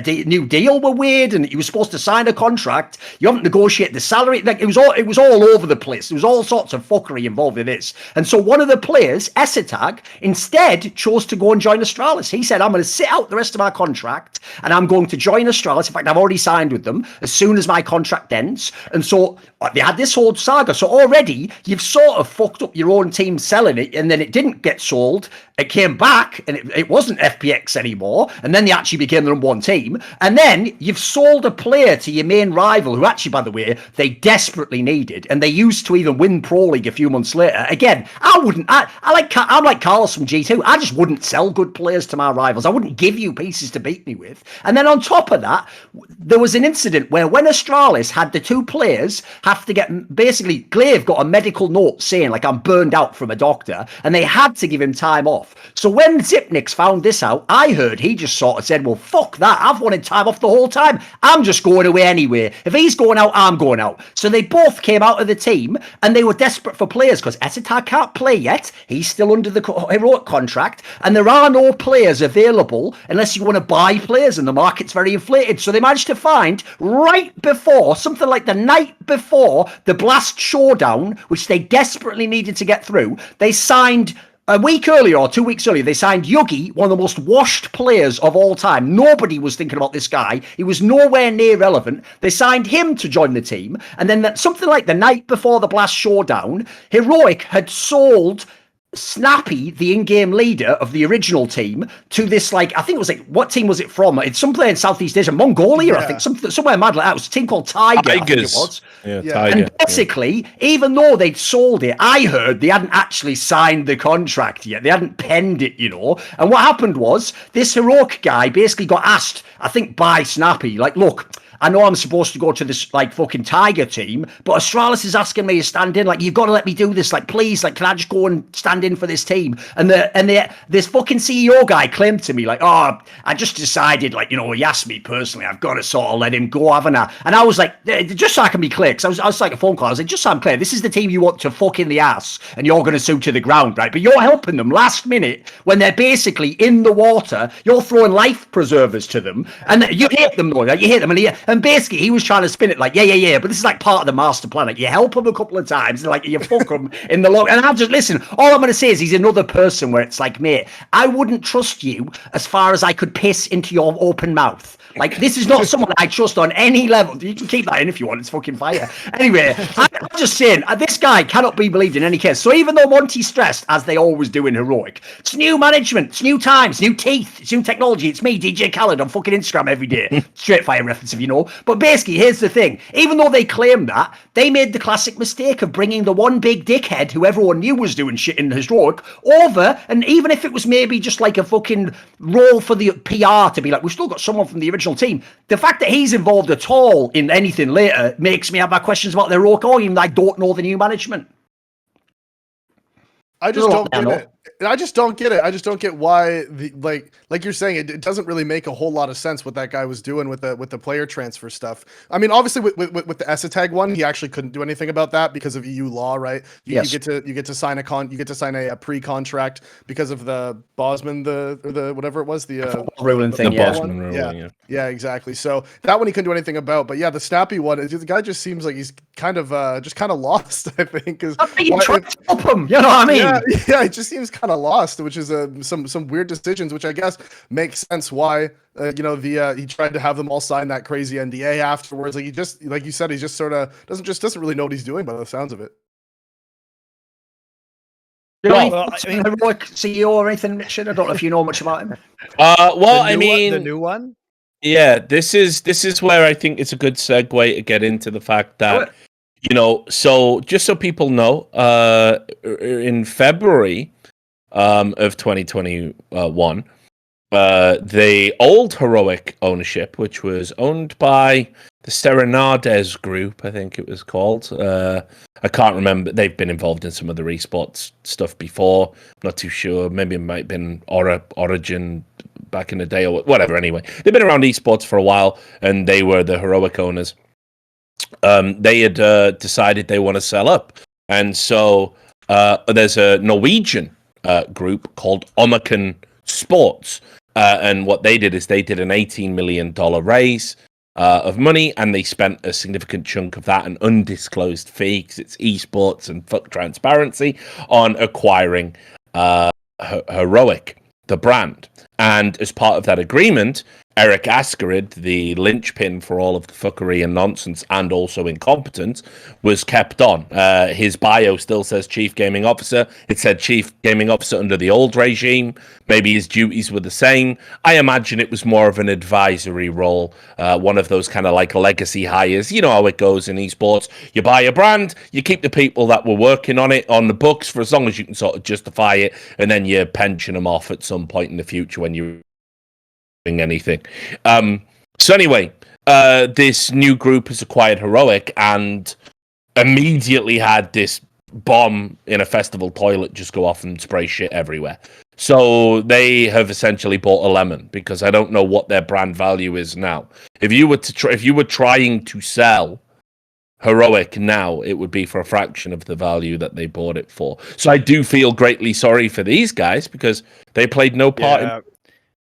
Yeah, it's also like, you can understand how this happens too, because okay, if you're a company that, or a firm that's looking to invest in esports and acquire a team, Heroic is like, obviously, like, you can't acquire Astralis; they're publicly traded right now. You have limited options of a team that's for sale at any given point in time. You want to run a Nordic team. Heroic's been making these incredible moves that have gotten them on top of the scene. Like, they're looking like a top team, looking like they're better than Astralis, at certain points in time. So it looks like something really great to buy. And also, if you're being told by the people who are selling it to you, oh, this Hunden thing, it's behind us now, it's going to be over soon. By the time you take ownership, it's pretty much going to be done, and then we'll have him come back to the team. He's such a great coach, and they've seen all this success since then. As somebody who wants to buy a team, you want to believe that. right? Of You course. want to believe. You're going to buy into what they tell you because you want to believe in the best possible outcome for all of this stuff. And honestly, who could have known that Hunden would randomly go crazy and like release all this stuff? Who could predict that possibly? And here's another aspect to it, Monty, that, when you talk about timing, and, I can't be concerned with timing and how it fucks people over, as you know, right? I just got to do me and my ethics relate to the community. I can't worry if something's an inconvenience. But the reality is, this new group, they were pitching to join the Louvre teams over at ESL. And they've apparently, according to my sources, they were requesting a specific meeting to essentially explain, all of this stuff's nothing to do with us. Please, we still want to be part of the league. We've still got the money. We'll still be positive contributors. We're going to get rid of Eric. We're going to get rid of all of these people. But obviously, a lot of the other owners and, of course, ESL themselves are massively reluctant, because the last thing you want to do is let an organ that has this kind of taint on it. So I guess I'm not as pessimistic as you are. I think they can do a lot. I think the end result of this of okay, we're going to get rid of Hunden, and if the players aren't implicated, which I think we're in agreement that they should not be given the current state of evidence, then they still have a strong core of players. They can try and go out and find a new head coach. I think people will forget about this because for me, my perception of this is that most of the taint is on Hunden, not on the org. Yeah. That's how I perceive it, at least. I agree, but until the record is corrected publicly, it's going to follow the players. And I don't think that's ever going to go away, because I know how fucking stupid the community is. Remember, I choke slammed an innocent Swedish 12-year-old through a desk at Hell in the Cell DreamHack 2015. But it's that's 6 true. years late. Yeah, well, I did do that, of course, Davey, as you know. But what the problem we've got is, when everything we do is digital and social media, that morons just repeat lies and half-truths and things they think they've heard. And all of the apparatus for spreading information we rely on in esports are essentially consensus rewarding machines. It is the little Skinner box where if you get 50 upvotes, you're right, no matter how false your statement is. And so these players are going to have to live with this for the rest of their lives, in my opinion. And I think to some degree, there's going to be no getting away from the fact that Heroic are going to be called cheaters for a long time, regardless of the facts. Yeah, and I do just want to say again, sorry guys, I do have to go. I do have that out. I have to go and mold the next great generation of NA Counter-Strike players. And God bless you for your work, sir. Yeah, thank you. But I do just want to say, going based on what you were just talking about right there, I've played with very minuscule amounts of pressure comparatively to most players in my career, right? Never on teams that were really expected to win games. I played with way less pressure than a lot of people, and I couldn't imagine playing and continuing to play well with the hate and pressure that the Heroic players are under right now. So massive credit to them for still playing as well as they are. Young players, new players, right? These guys aren't seasoned vets. They're in their early 20s, teens.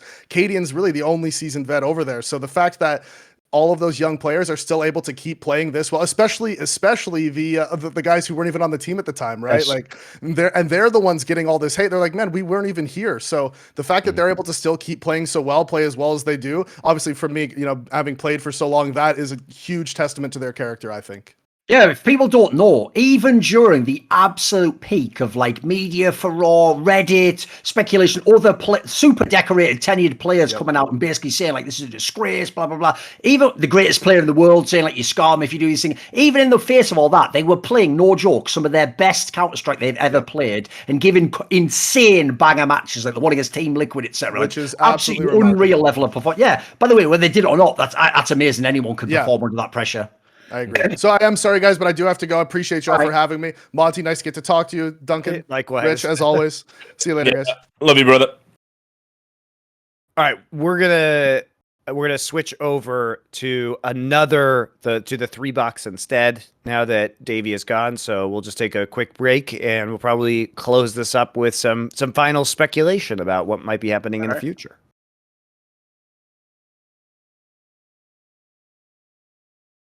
All right, we're here to give our final takes on this, where we think it might be going, the upcoming apocalypse episode of the Four Horsemen that will eventually come out with the CS:GO match fixing and Valorant player shenanigans. Yeah, that's going to be great. That's going to be a great day, I think. Looking forward to that show.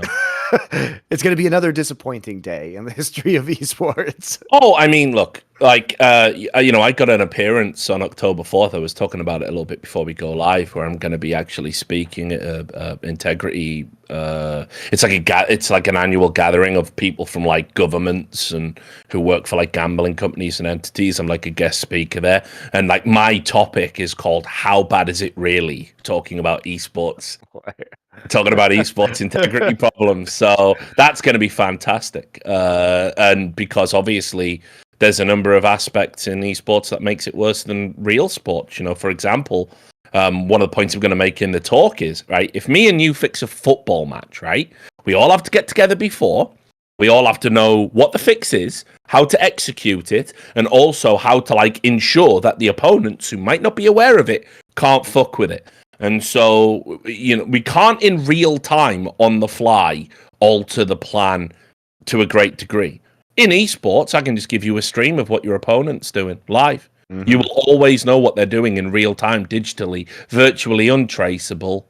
You know, imagine that. You can't do that in football. You can't walk into the mind of the team captain on the opponents and bet on yourself to win, right?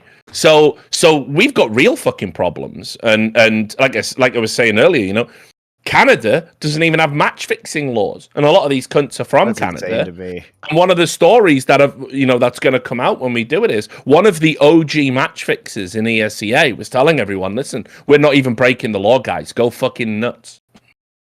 So, you know, it's a mess. It's a mess. It's a glorious mess. It's why I've resigned to, like I say, I'm getting mine. I'm not doing any of this for the scene, by the way, anymore. I'm doing it for me. I'm going to parlay this into a book deal. I'm going to parlay this into public speaking. I'm going to parlay this into becoming a professor at a university and doing lectures. And I'm just going to get older, fatter, balder, and watch it burn from a safe distance. Thank you very much.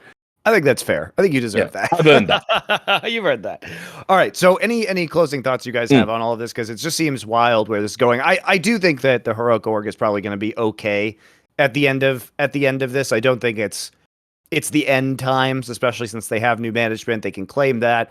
I hope the players, unless there's new evidence that comes out, I hope the players aren't implicated in this. It doesn't seem like there's irrefutable evidence that they were. So.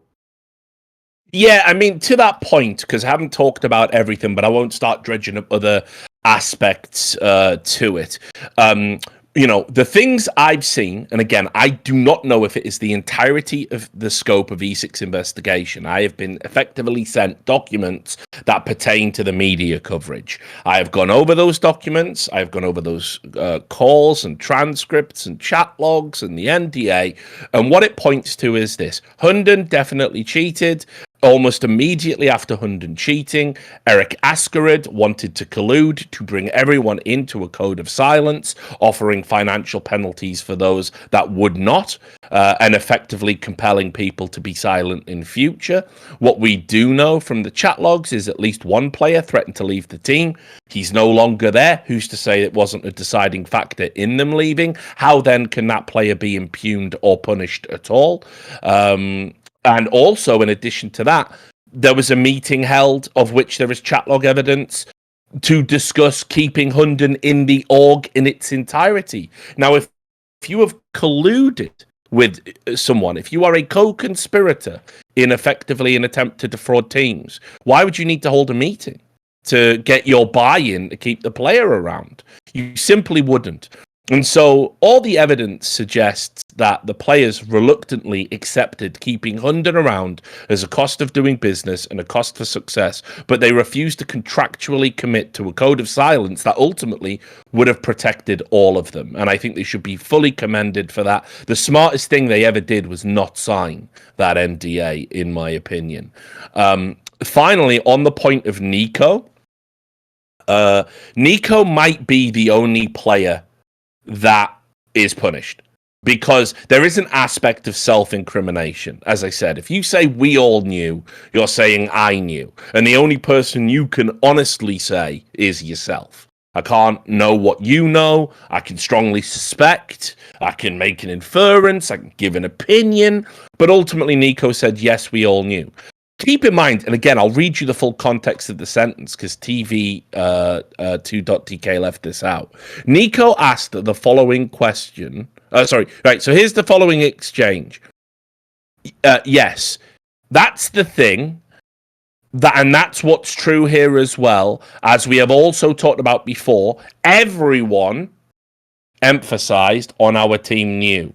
And then Hunden says, yes, yes, yes, yeah. And then Niko says, maybe not in the first match, but after. Everyone knew. So, and then Hunden says, yes, and it's also, I mean, I'm able to tell from the conversations we have had afterwards, it is pretty clear more people knew the second time around compared to the first time. And Niko says, yeah. So that exchange there suggests that Niko suspected something was untoward. He was sharp enough to have his suspicions. At worst, they went into the game against Team Spirit, the final cheating example, and were aware that maybe Hunden had an advantage. At best, no one else but Niko knew, and Niko didn't report.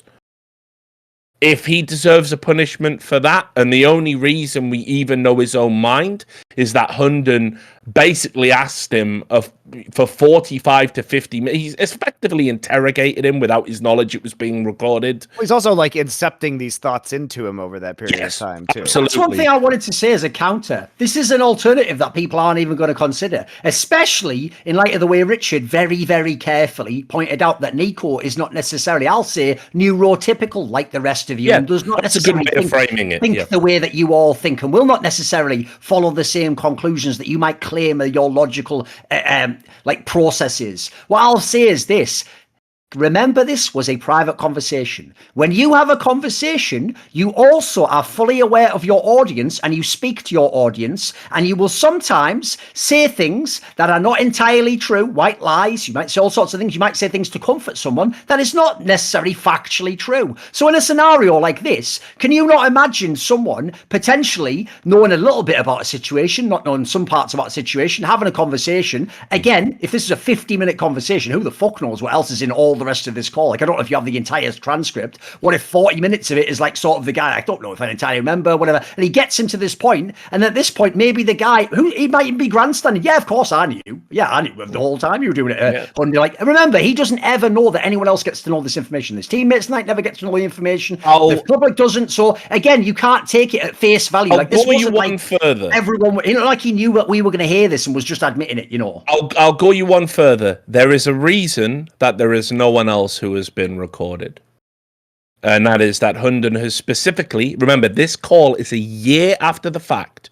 Hunden, despite claiming he has super strong evidence, took it upon himself essentially last month to desperately scramble to acquire more evidence. And he selected someone he knew was not neurotypical and attempted to exploit that vulnerability to enhance his own case. For me, if this was a court, and again, I know it's not a lawyer, etc., different jurisdictions, but I genuinely believe no judge would admit this. I mean, look, I think that you shouldn't consider this evidence if you're ESIC just because it was obtained in such a questionable manner. Like, you can't set a precedent where somebody a year later can secretly record a call to manufacture a gotcha moment and then submit that as evidence that this person knew at the time. Like, but by the way, that we're in a world where, like, I could literally, as a joke in a team speak with you, say, well, yeah, I knew about it as well, and I actually helped someone do it. Oh, I'm just kidding, lads. And then you cut off the speaking part, like, just kidding, lads. It's just that part you got on. That's the precedent we're setting. We're in some mad gotcha journalism world at that point in time. aren't we? So I just don't even think, like, even if you believe that Niko knew, I don't think you can actually accept in good faith accept evidence like that in order to ban Niko. I mean, I'll be honest, I'm ambivalent on that framing because it's only thanks to a recording that we were able to effectively blow open the ESEA match fixing. And I will say the content of that recording, no one is being asked leading questions, and it is utterly damning. But the difference, Richard, with this is that Hunden intentionally went to niko, despite, so it's like the guilty party, the party we know cheated and was implicated, goes to a player a year later with the intention of secretly recording this conversation to then entrap that player. I think that's the difference. Is the intention behind the recording is super different. Like if a recording surfaced that was like their comms during that game that showed it, that would be very different. Yes, exactly. Yeah, and you know, like I say, I think this for me, I don't know which way ESIC are gonna go. I think the only player that even is potentially in the frame to be banned is niko on the basis of this self-incrimination, which is, I guess, a way of describing it. I personally, based on everything I've seen, and as I said, maybe there's more, I don't know, but based on everything I've seen, you have to give the players a pass. And certainly, I think, honestly, the stress of niko, you know, the stress of niko essentially being the linchpin of this guy's fucking flimsy case, the fact that he tried to trick him one time a year ago and then came back and tried to trick him again and recorded this call and then put that out there, and then TV, and remember, he's not even at Heroic anymore. He's moved on with his life, moved on with his career, and all he has said, again, that the entirety of the evidence is, yeah, I probably thought something was up. That's it. That is the yeah. So I thought I'd just throw this in there because actually Richard made this point on, I think it was on the By the Numbers that you had with Anders, when the one where I was undisclosed away.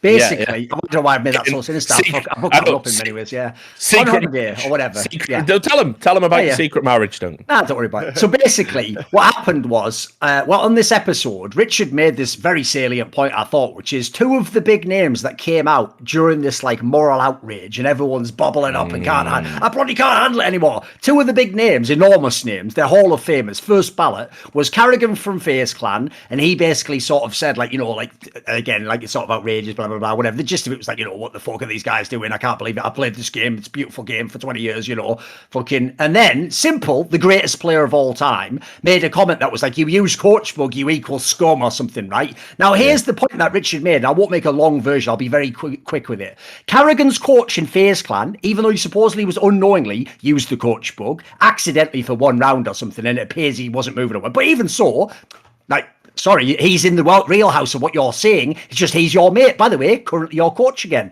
Then you have Simple, who, by the way, as Richard, I'm so glad you put this on the record, because I wasn't certain, and I actually had to sort of give Simple the fucking shitty benefit of the doubt when he lied to me publicly in a tweet where he replied to my tweet where I said he cheated, Richard, and he said that ban wasn't from CSGO, which has always been what he's maintained. As far as I know, from what Richard looked into with ESL, this was confirmed. Simple literally cheated in CSGO. That is worse, by the way, than using the coach bug. You actually fucking cheated. And then, but he claims it was from the previous game, 1.6, because that's the fucked up way that you sort of wash your sins away in CSGO. It has to be in CSGO. And then if people don't know, tried to evade the ban that he had, because it was an ESL wire ban, not a VAC ban. And it was because he had to evade that ban. He did evade that ban, rather, that if people don't know, he was banned from 2 years of majors, which is why you didn't see Simple at a major until ESL 1 Cologne 2016 with Team Liquid. In all the majors that you saw Flipside play, where Simple was the fucking star player, they played with that Davcost guy as a stand-in after, even though they qualified. So, like,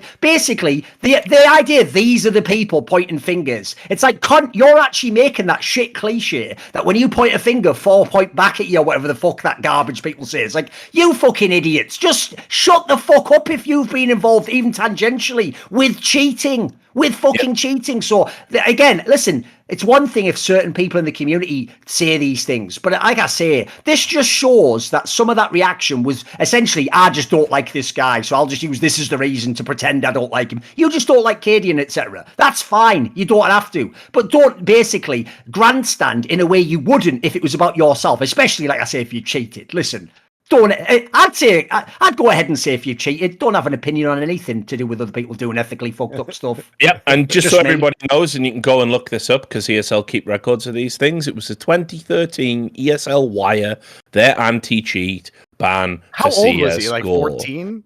Not even like 16, I think maybe. Yeah, not even that young. And then what triggered the extension of that ban was that he tried to get around it because there was the EMS1 Katowice qualifiers in 2014, and he played in that.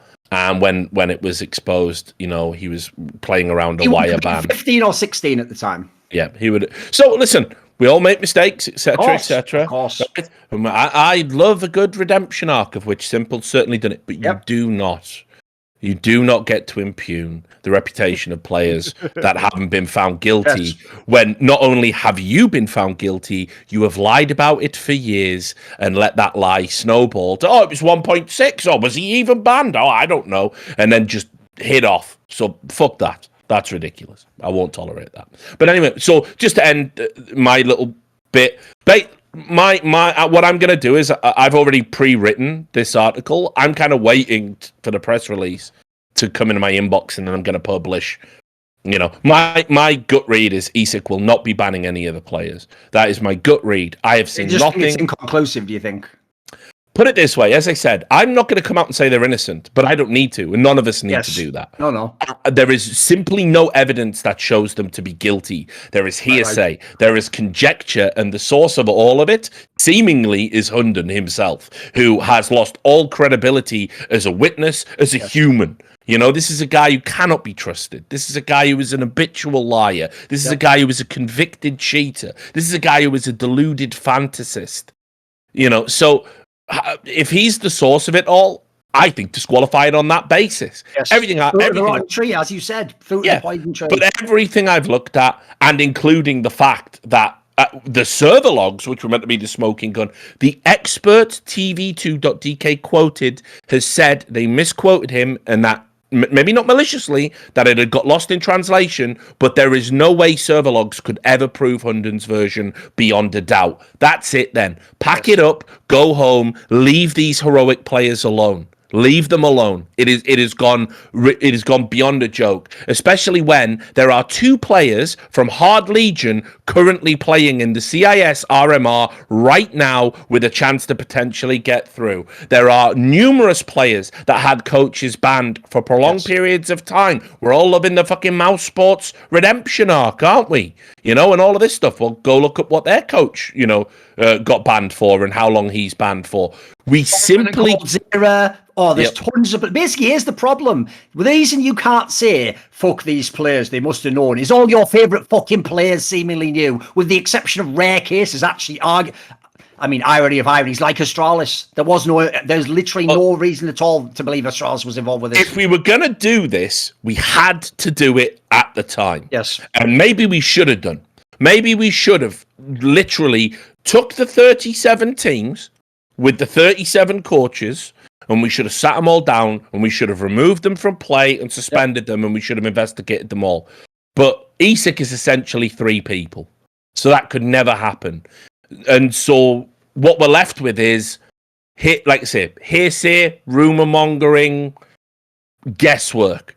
You cannot issue suspensions on that basis. And I would also point to, we know for a fact that when there hasn't been headshot evidence, ESIC doesn't issue bans. We know that from the stream sniping drama at Blast. Yes. They will err on the side of caution, and the community should welcome that. So those are my final thoughts, gentlemen. I think we've pretty much said that most of the things that need to be said. Like, obviously, Hunden is an outrageous piece of shit, and all the things he's done is so egregious. And the worst part of it all, I actually think the worst part of it all, beyond the ethical aspect, obviously, is that the fucking imbecile didn't even get anything out of it at the end. He actually just torched everything that meant everything in Counter-Strike to him. And if you know, by the way, here's a detail people might not understand. Because he goes back into Source as well, and I used to always think admirably, kept playing CSGO when he was in literally tier 3, and nobody fucking fucking knew him who wasn't from Source, basically in early CSGO, I used to admire the fact he was going to be a lifer in CSGO, in Counter-Strike. Like, this guy dedicated him. At this point in time, like, the idiot even took the one thing he ever proved in his life he was good at and fucking ruined it forever for himself, and tried to ruin the lives of a bunch of young men along the way who he knew already had a precedent that they were disliked because they were either successful or were maybe just mean to people and rude when they were younger. Like, I think that is actually outrageous. I do think, like, basically, aside from people who are like just openly saying I'm a liar or something, I very rarely say people are actually pieces of shit. But in this particular scenario, again, like Richard said, what redeeming qualities does this individual have? Like, at this point in time, I even think like the fact he came forwards in the beginning is because he just knew what a fuck up he is. So he thought, right, I better get ahead of this fucking story. That was his, it wasn't necessarily like a charitable act where he was trying to do something for the scene and help us all. So I find that all outrageous. The heroic orgs, certainly, if there's some fuckery involved all over the place. Like I said, every time I've ever heard about something and heard the behind the scenes, it's like these motherfuckers, they're always trying some little scam. So they're like a shit version of Astralis. At least Astralis execute and actually get away, and it seems to actually help them. These motherfuckers just keep shooting themselves in the foot. And there's actually another unrelated story relating to the heroic orgs previous management brewing as well, which I think what are they called? Jackson, the Danish outlets, yeah, might be covering. So definitely keep an eye on that as well. And I would just say the saddest part about all this is that I actually personally imagine this will haunt some of these players. Some players in the scene certainly will claim they knew and probably try and keep them out of teams and stuff, no matter how good they are. And I would just say the one last thing is this, and I'll make this to make it like a half humorous aspect. Like Richard says, this is how much I would stress that there is no evidence that these players knew, unless you just think, like, it can be speculated that people would have to know because maybe the guy made the calls too obvious. Beyond that, I would just say this, and I'll phrase it very carefully. Based on the evidence I've seen in the two different cases, I think personally there's a much more compelling case Flusher cheated in professional play at majors in 2014. By the way, I'd tell the motherfucker to his face, I have, that I think he did it. But I can only say I think he did it. So that's as far as I can ever go, and I can't personally punish Flusher. If he did it, he got away with it. So in this scenario, I think there's far, far less evidence that these players knew. In fact, there is none. It's pure speculation, and you have to sort of walk into their mind and do what everyone does, which is why I think you'd only think this and say this, if this, and then that's all just, at that point in time, you're in fantasy land. Like, you aren't an expert witness. You aren't a psychology major. You don't know anything about the big 5 personality traits. You're just speaking out of your ass about what you think you do. So I would just say, I hope, despite the fact I know it can't be the case, that we can sort of rewind the fucking clock, put the genie back in the bottle on blaming the players. In fact, I'll probably, even after this, do a tweet, which I'm not obliged to do, where I'll just say that if anyone took my tweet about Cadian to mean that he was certainly guilty and that he is somehow obliged to speak about it, that I'll clarify that is not what I was saying. I was essentially saying, if you're going to be the loudmouth about every other topic in the scene, and then you get implied, silence is deafening. Yeah. Then you're going to look really bad if you don't say something, mate. Because what I essentially said was, you fucked your redemption arc. Like, now people have a reason to go, he was always the same guy. So I thought that'd be my final statement. Yeah, also, I think it's also, I'm not going to have any of the grog questions for this one because unfortunately we did someone insight last night. We basically used them all up, but which is a shame because some of them are like not related to the game. Would have been interesting from Richard. But on the next one, we'll make sure we save a few. Just before Monty wraps up, what did you talk? I didn't watch Summoning Insight. Did you talk about all the G2 stuff? Yeah. Oh, I'll watch that tonight. It's at the beginning. I can't believe that we're in 2021 and League of Legends fans still haven't figured out how fucking sports works.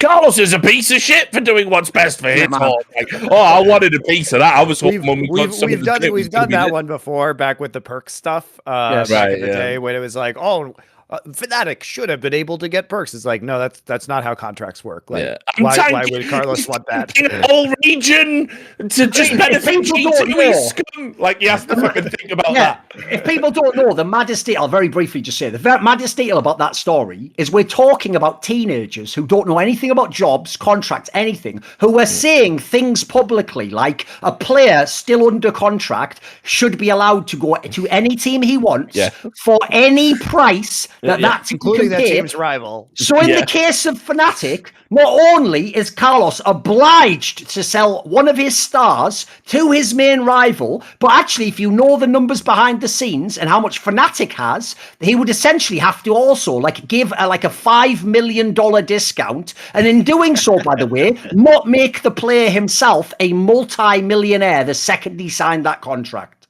Yeah, I know, it's so insane. So sorry, I'm derailing. I always say this. I know the sentiment comes from the capitalist world in which it's like, wow, workers rise up, seize the means of production. When pro players, and in League of Legends this is especially the case, make sometimes 5 or 10x what they can ever generate for the organization. The joke is, the second they seize the means of production, they'll be broke motherfuckers with no money. It's why no pro player, think it through, guys, in any game that's open, does go and make his own team. Because he'd just piss on, when people think in OG, it was all their own money, Richard. They'd have no TI money left, you daft cunts. They'd literally have just bled it all away. How would that help them? The whole game of esports is the one person right now who inarguably profits continuously with almost no loss is the pro player, and he does it at the expense of every other entity in the industry, while you sit there for free consuming all the content and going, why isn't this in 1080p? And also, why are there adverts being played? I don't want to watch Facebook, you know what I mean? You fucking idiots. It's the other way around. The players, inadvertently, thanks to fuckers like Noel Winston, essentially exploit the teams, you daft cunt. Yeah, that's the end of my statement. And finish now. So you triggered me with the G2. That's the problem. You triggered me. I was thinking about calling you up and saying, if you're gonna get on that topic, get me in. Because here's the other thing. Let me quickly address this. Right, the other thing about the current story. The other thing about the current story is the idea that he's blocking this one team. Right, apparently not even true. He's explicitly actually said if people want to go to that team, they can go to that team. That's also what's mad. I'm sick of this hysterical tone when anything happens. Right, where you take everything to fever pitch and it's 11. Right, so essentially, even if it was true, just like Fnatic, let's say he's blocking one team, Richard. It's Vitality, right? So what you're saying is this player who's under contract that, by the way, you could sell to literally anyone unless he has a special no trade clause or where he gets a say, probably doesn't. Essentially, even though you could literally, by the way, if you don't like the guy, say, I'm going to find the shittest team ever that'll still pay me some good money and I'll sell you to them because fuck you. Instead of that, what he's saying is you can go to any team in the entire world except one, and fans are going, he has no say, he's a fucking slave and a prisoner, he's trapping him, You're out of your minds, guys. Again, this is about the most reasonable. What I'll say quickly is this one thing I want to say. Carlos, one of the reasons I fuck with him is he shares the same thing me and Richard do, which is because we've had incredibly minor, overblown things we've done or said that people make out are actual crimes. Not a single one would ever be tried in a court of law. Not a single one would cause an arrest or is illegal. Not a single one compared to all the shit people do in esports. What people do is this. They use the fucked logic that, because that's public, imagine what they've done in private. Well, funny how none of you can ever dig a single skeleton up, isn't it? Meanwhile, so Carlos is like that. All of his sins are on front row. You've seen them all. They're out there. They're very minor. They're misspeaking. They're saying something stupid. They're being young. They're flaming people. Meanwhile, I actually know, because he's such an honest person and such a straightforward person, that's why they're out there. That's why it happens to me and Richard. Meanwhile, the guys you love, they're the ones who have all the skeletons in the closet. They're the ones who paint the nice guy face on. And so when I see things on Reddit, like you guys are riding with Sam Matthews and Fnatic as the great org and the great guys and the ones who understand business, but Carlos and G2 are morons, you got it completely inverted, you fucking cretins. And now. The other thing to add on to this that I love about these fans and the philosophy of perks should be allowed to go anywhere is they want, to put it in perspective, guys, when you are engaging in sports, you are engaging in peak capitalism. Okay. Yeah.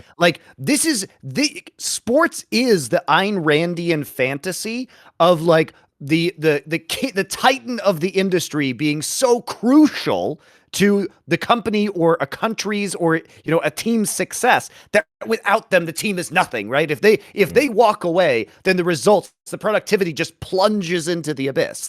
That's what you're signing up for. In any sport, the star players are paid many, many, many, many multiples of what the average or bench player is paid. when you engage in sports, you are engaging in like raw primal capitalism at its absolute apex, right? And so to come in and like pretend that it's some sort of socialistic endeavor is like, I don't think you understand what you're watching, guys. Like, you can apply that to other factors of your life, but to try to apply that to sports and competition is absurd. So Yeah. fuck right off with that. Like, if you don't expect people to be capitalists in sports, you are wrong. Like, you are doing it wrong. You are thinking about it wrong. You are engaging with the content. It turned out as well, it was all bullshit anyway, right? I mean, didn't even the person that leaked the report said, just to clarify, actually, it's a breakdown in interpersonal relationships within the team. And Carlos hasn't specifically said he won't be selling to Vitality. So, yep, cheers. Cheers for 3,000 comments, all calling one of the greatest contributors to League of Legends history an irredeemable piece of shit.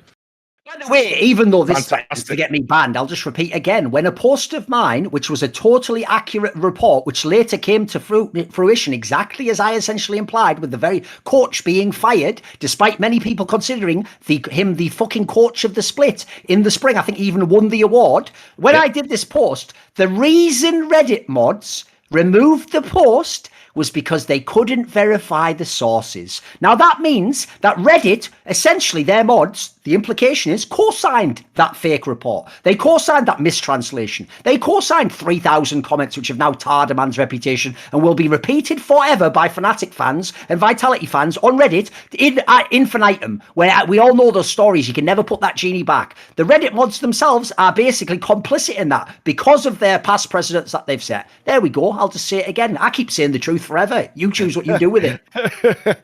All right. So with that, we're going to wrap up this episode. We did not have any questions actually in the GrogCoin channel because, like Thorin said, we answered them all yesterday. I'm looking at the GrogCoin 25 right now. So if you have Four Horsemen questions, I guess we'll do them next time when you have them. Until then, as usual, esports delenda est. We'll see you on the next scandal.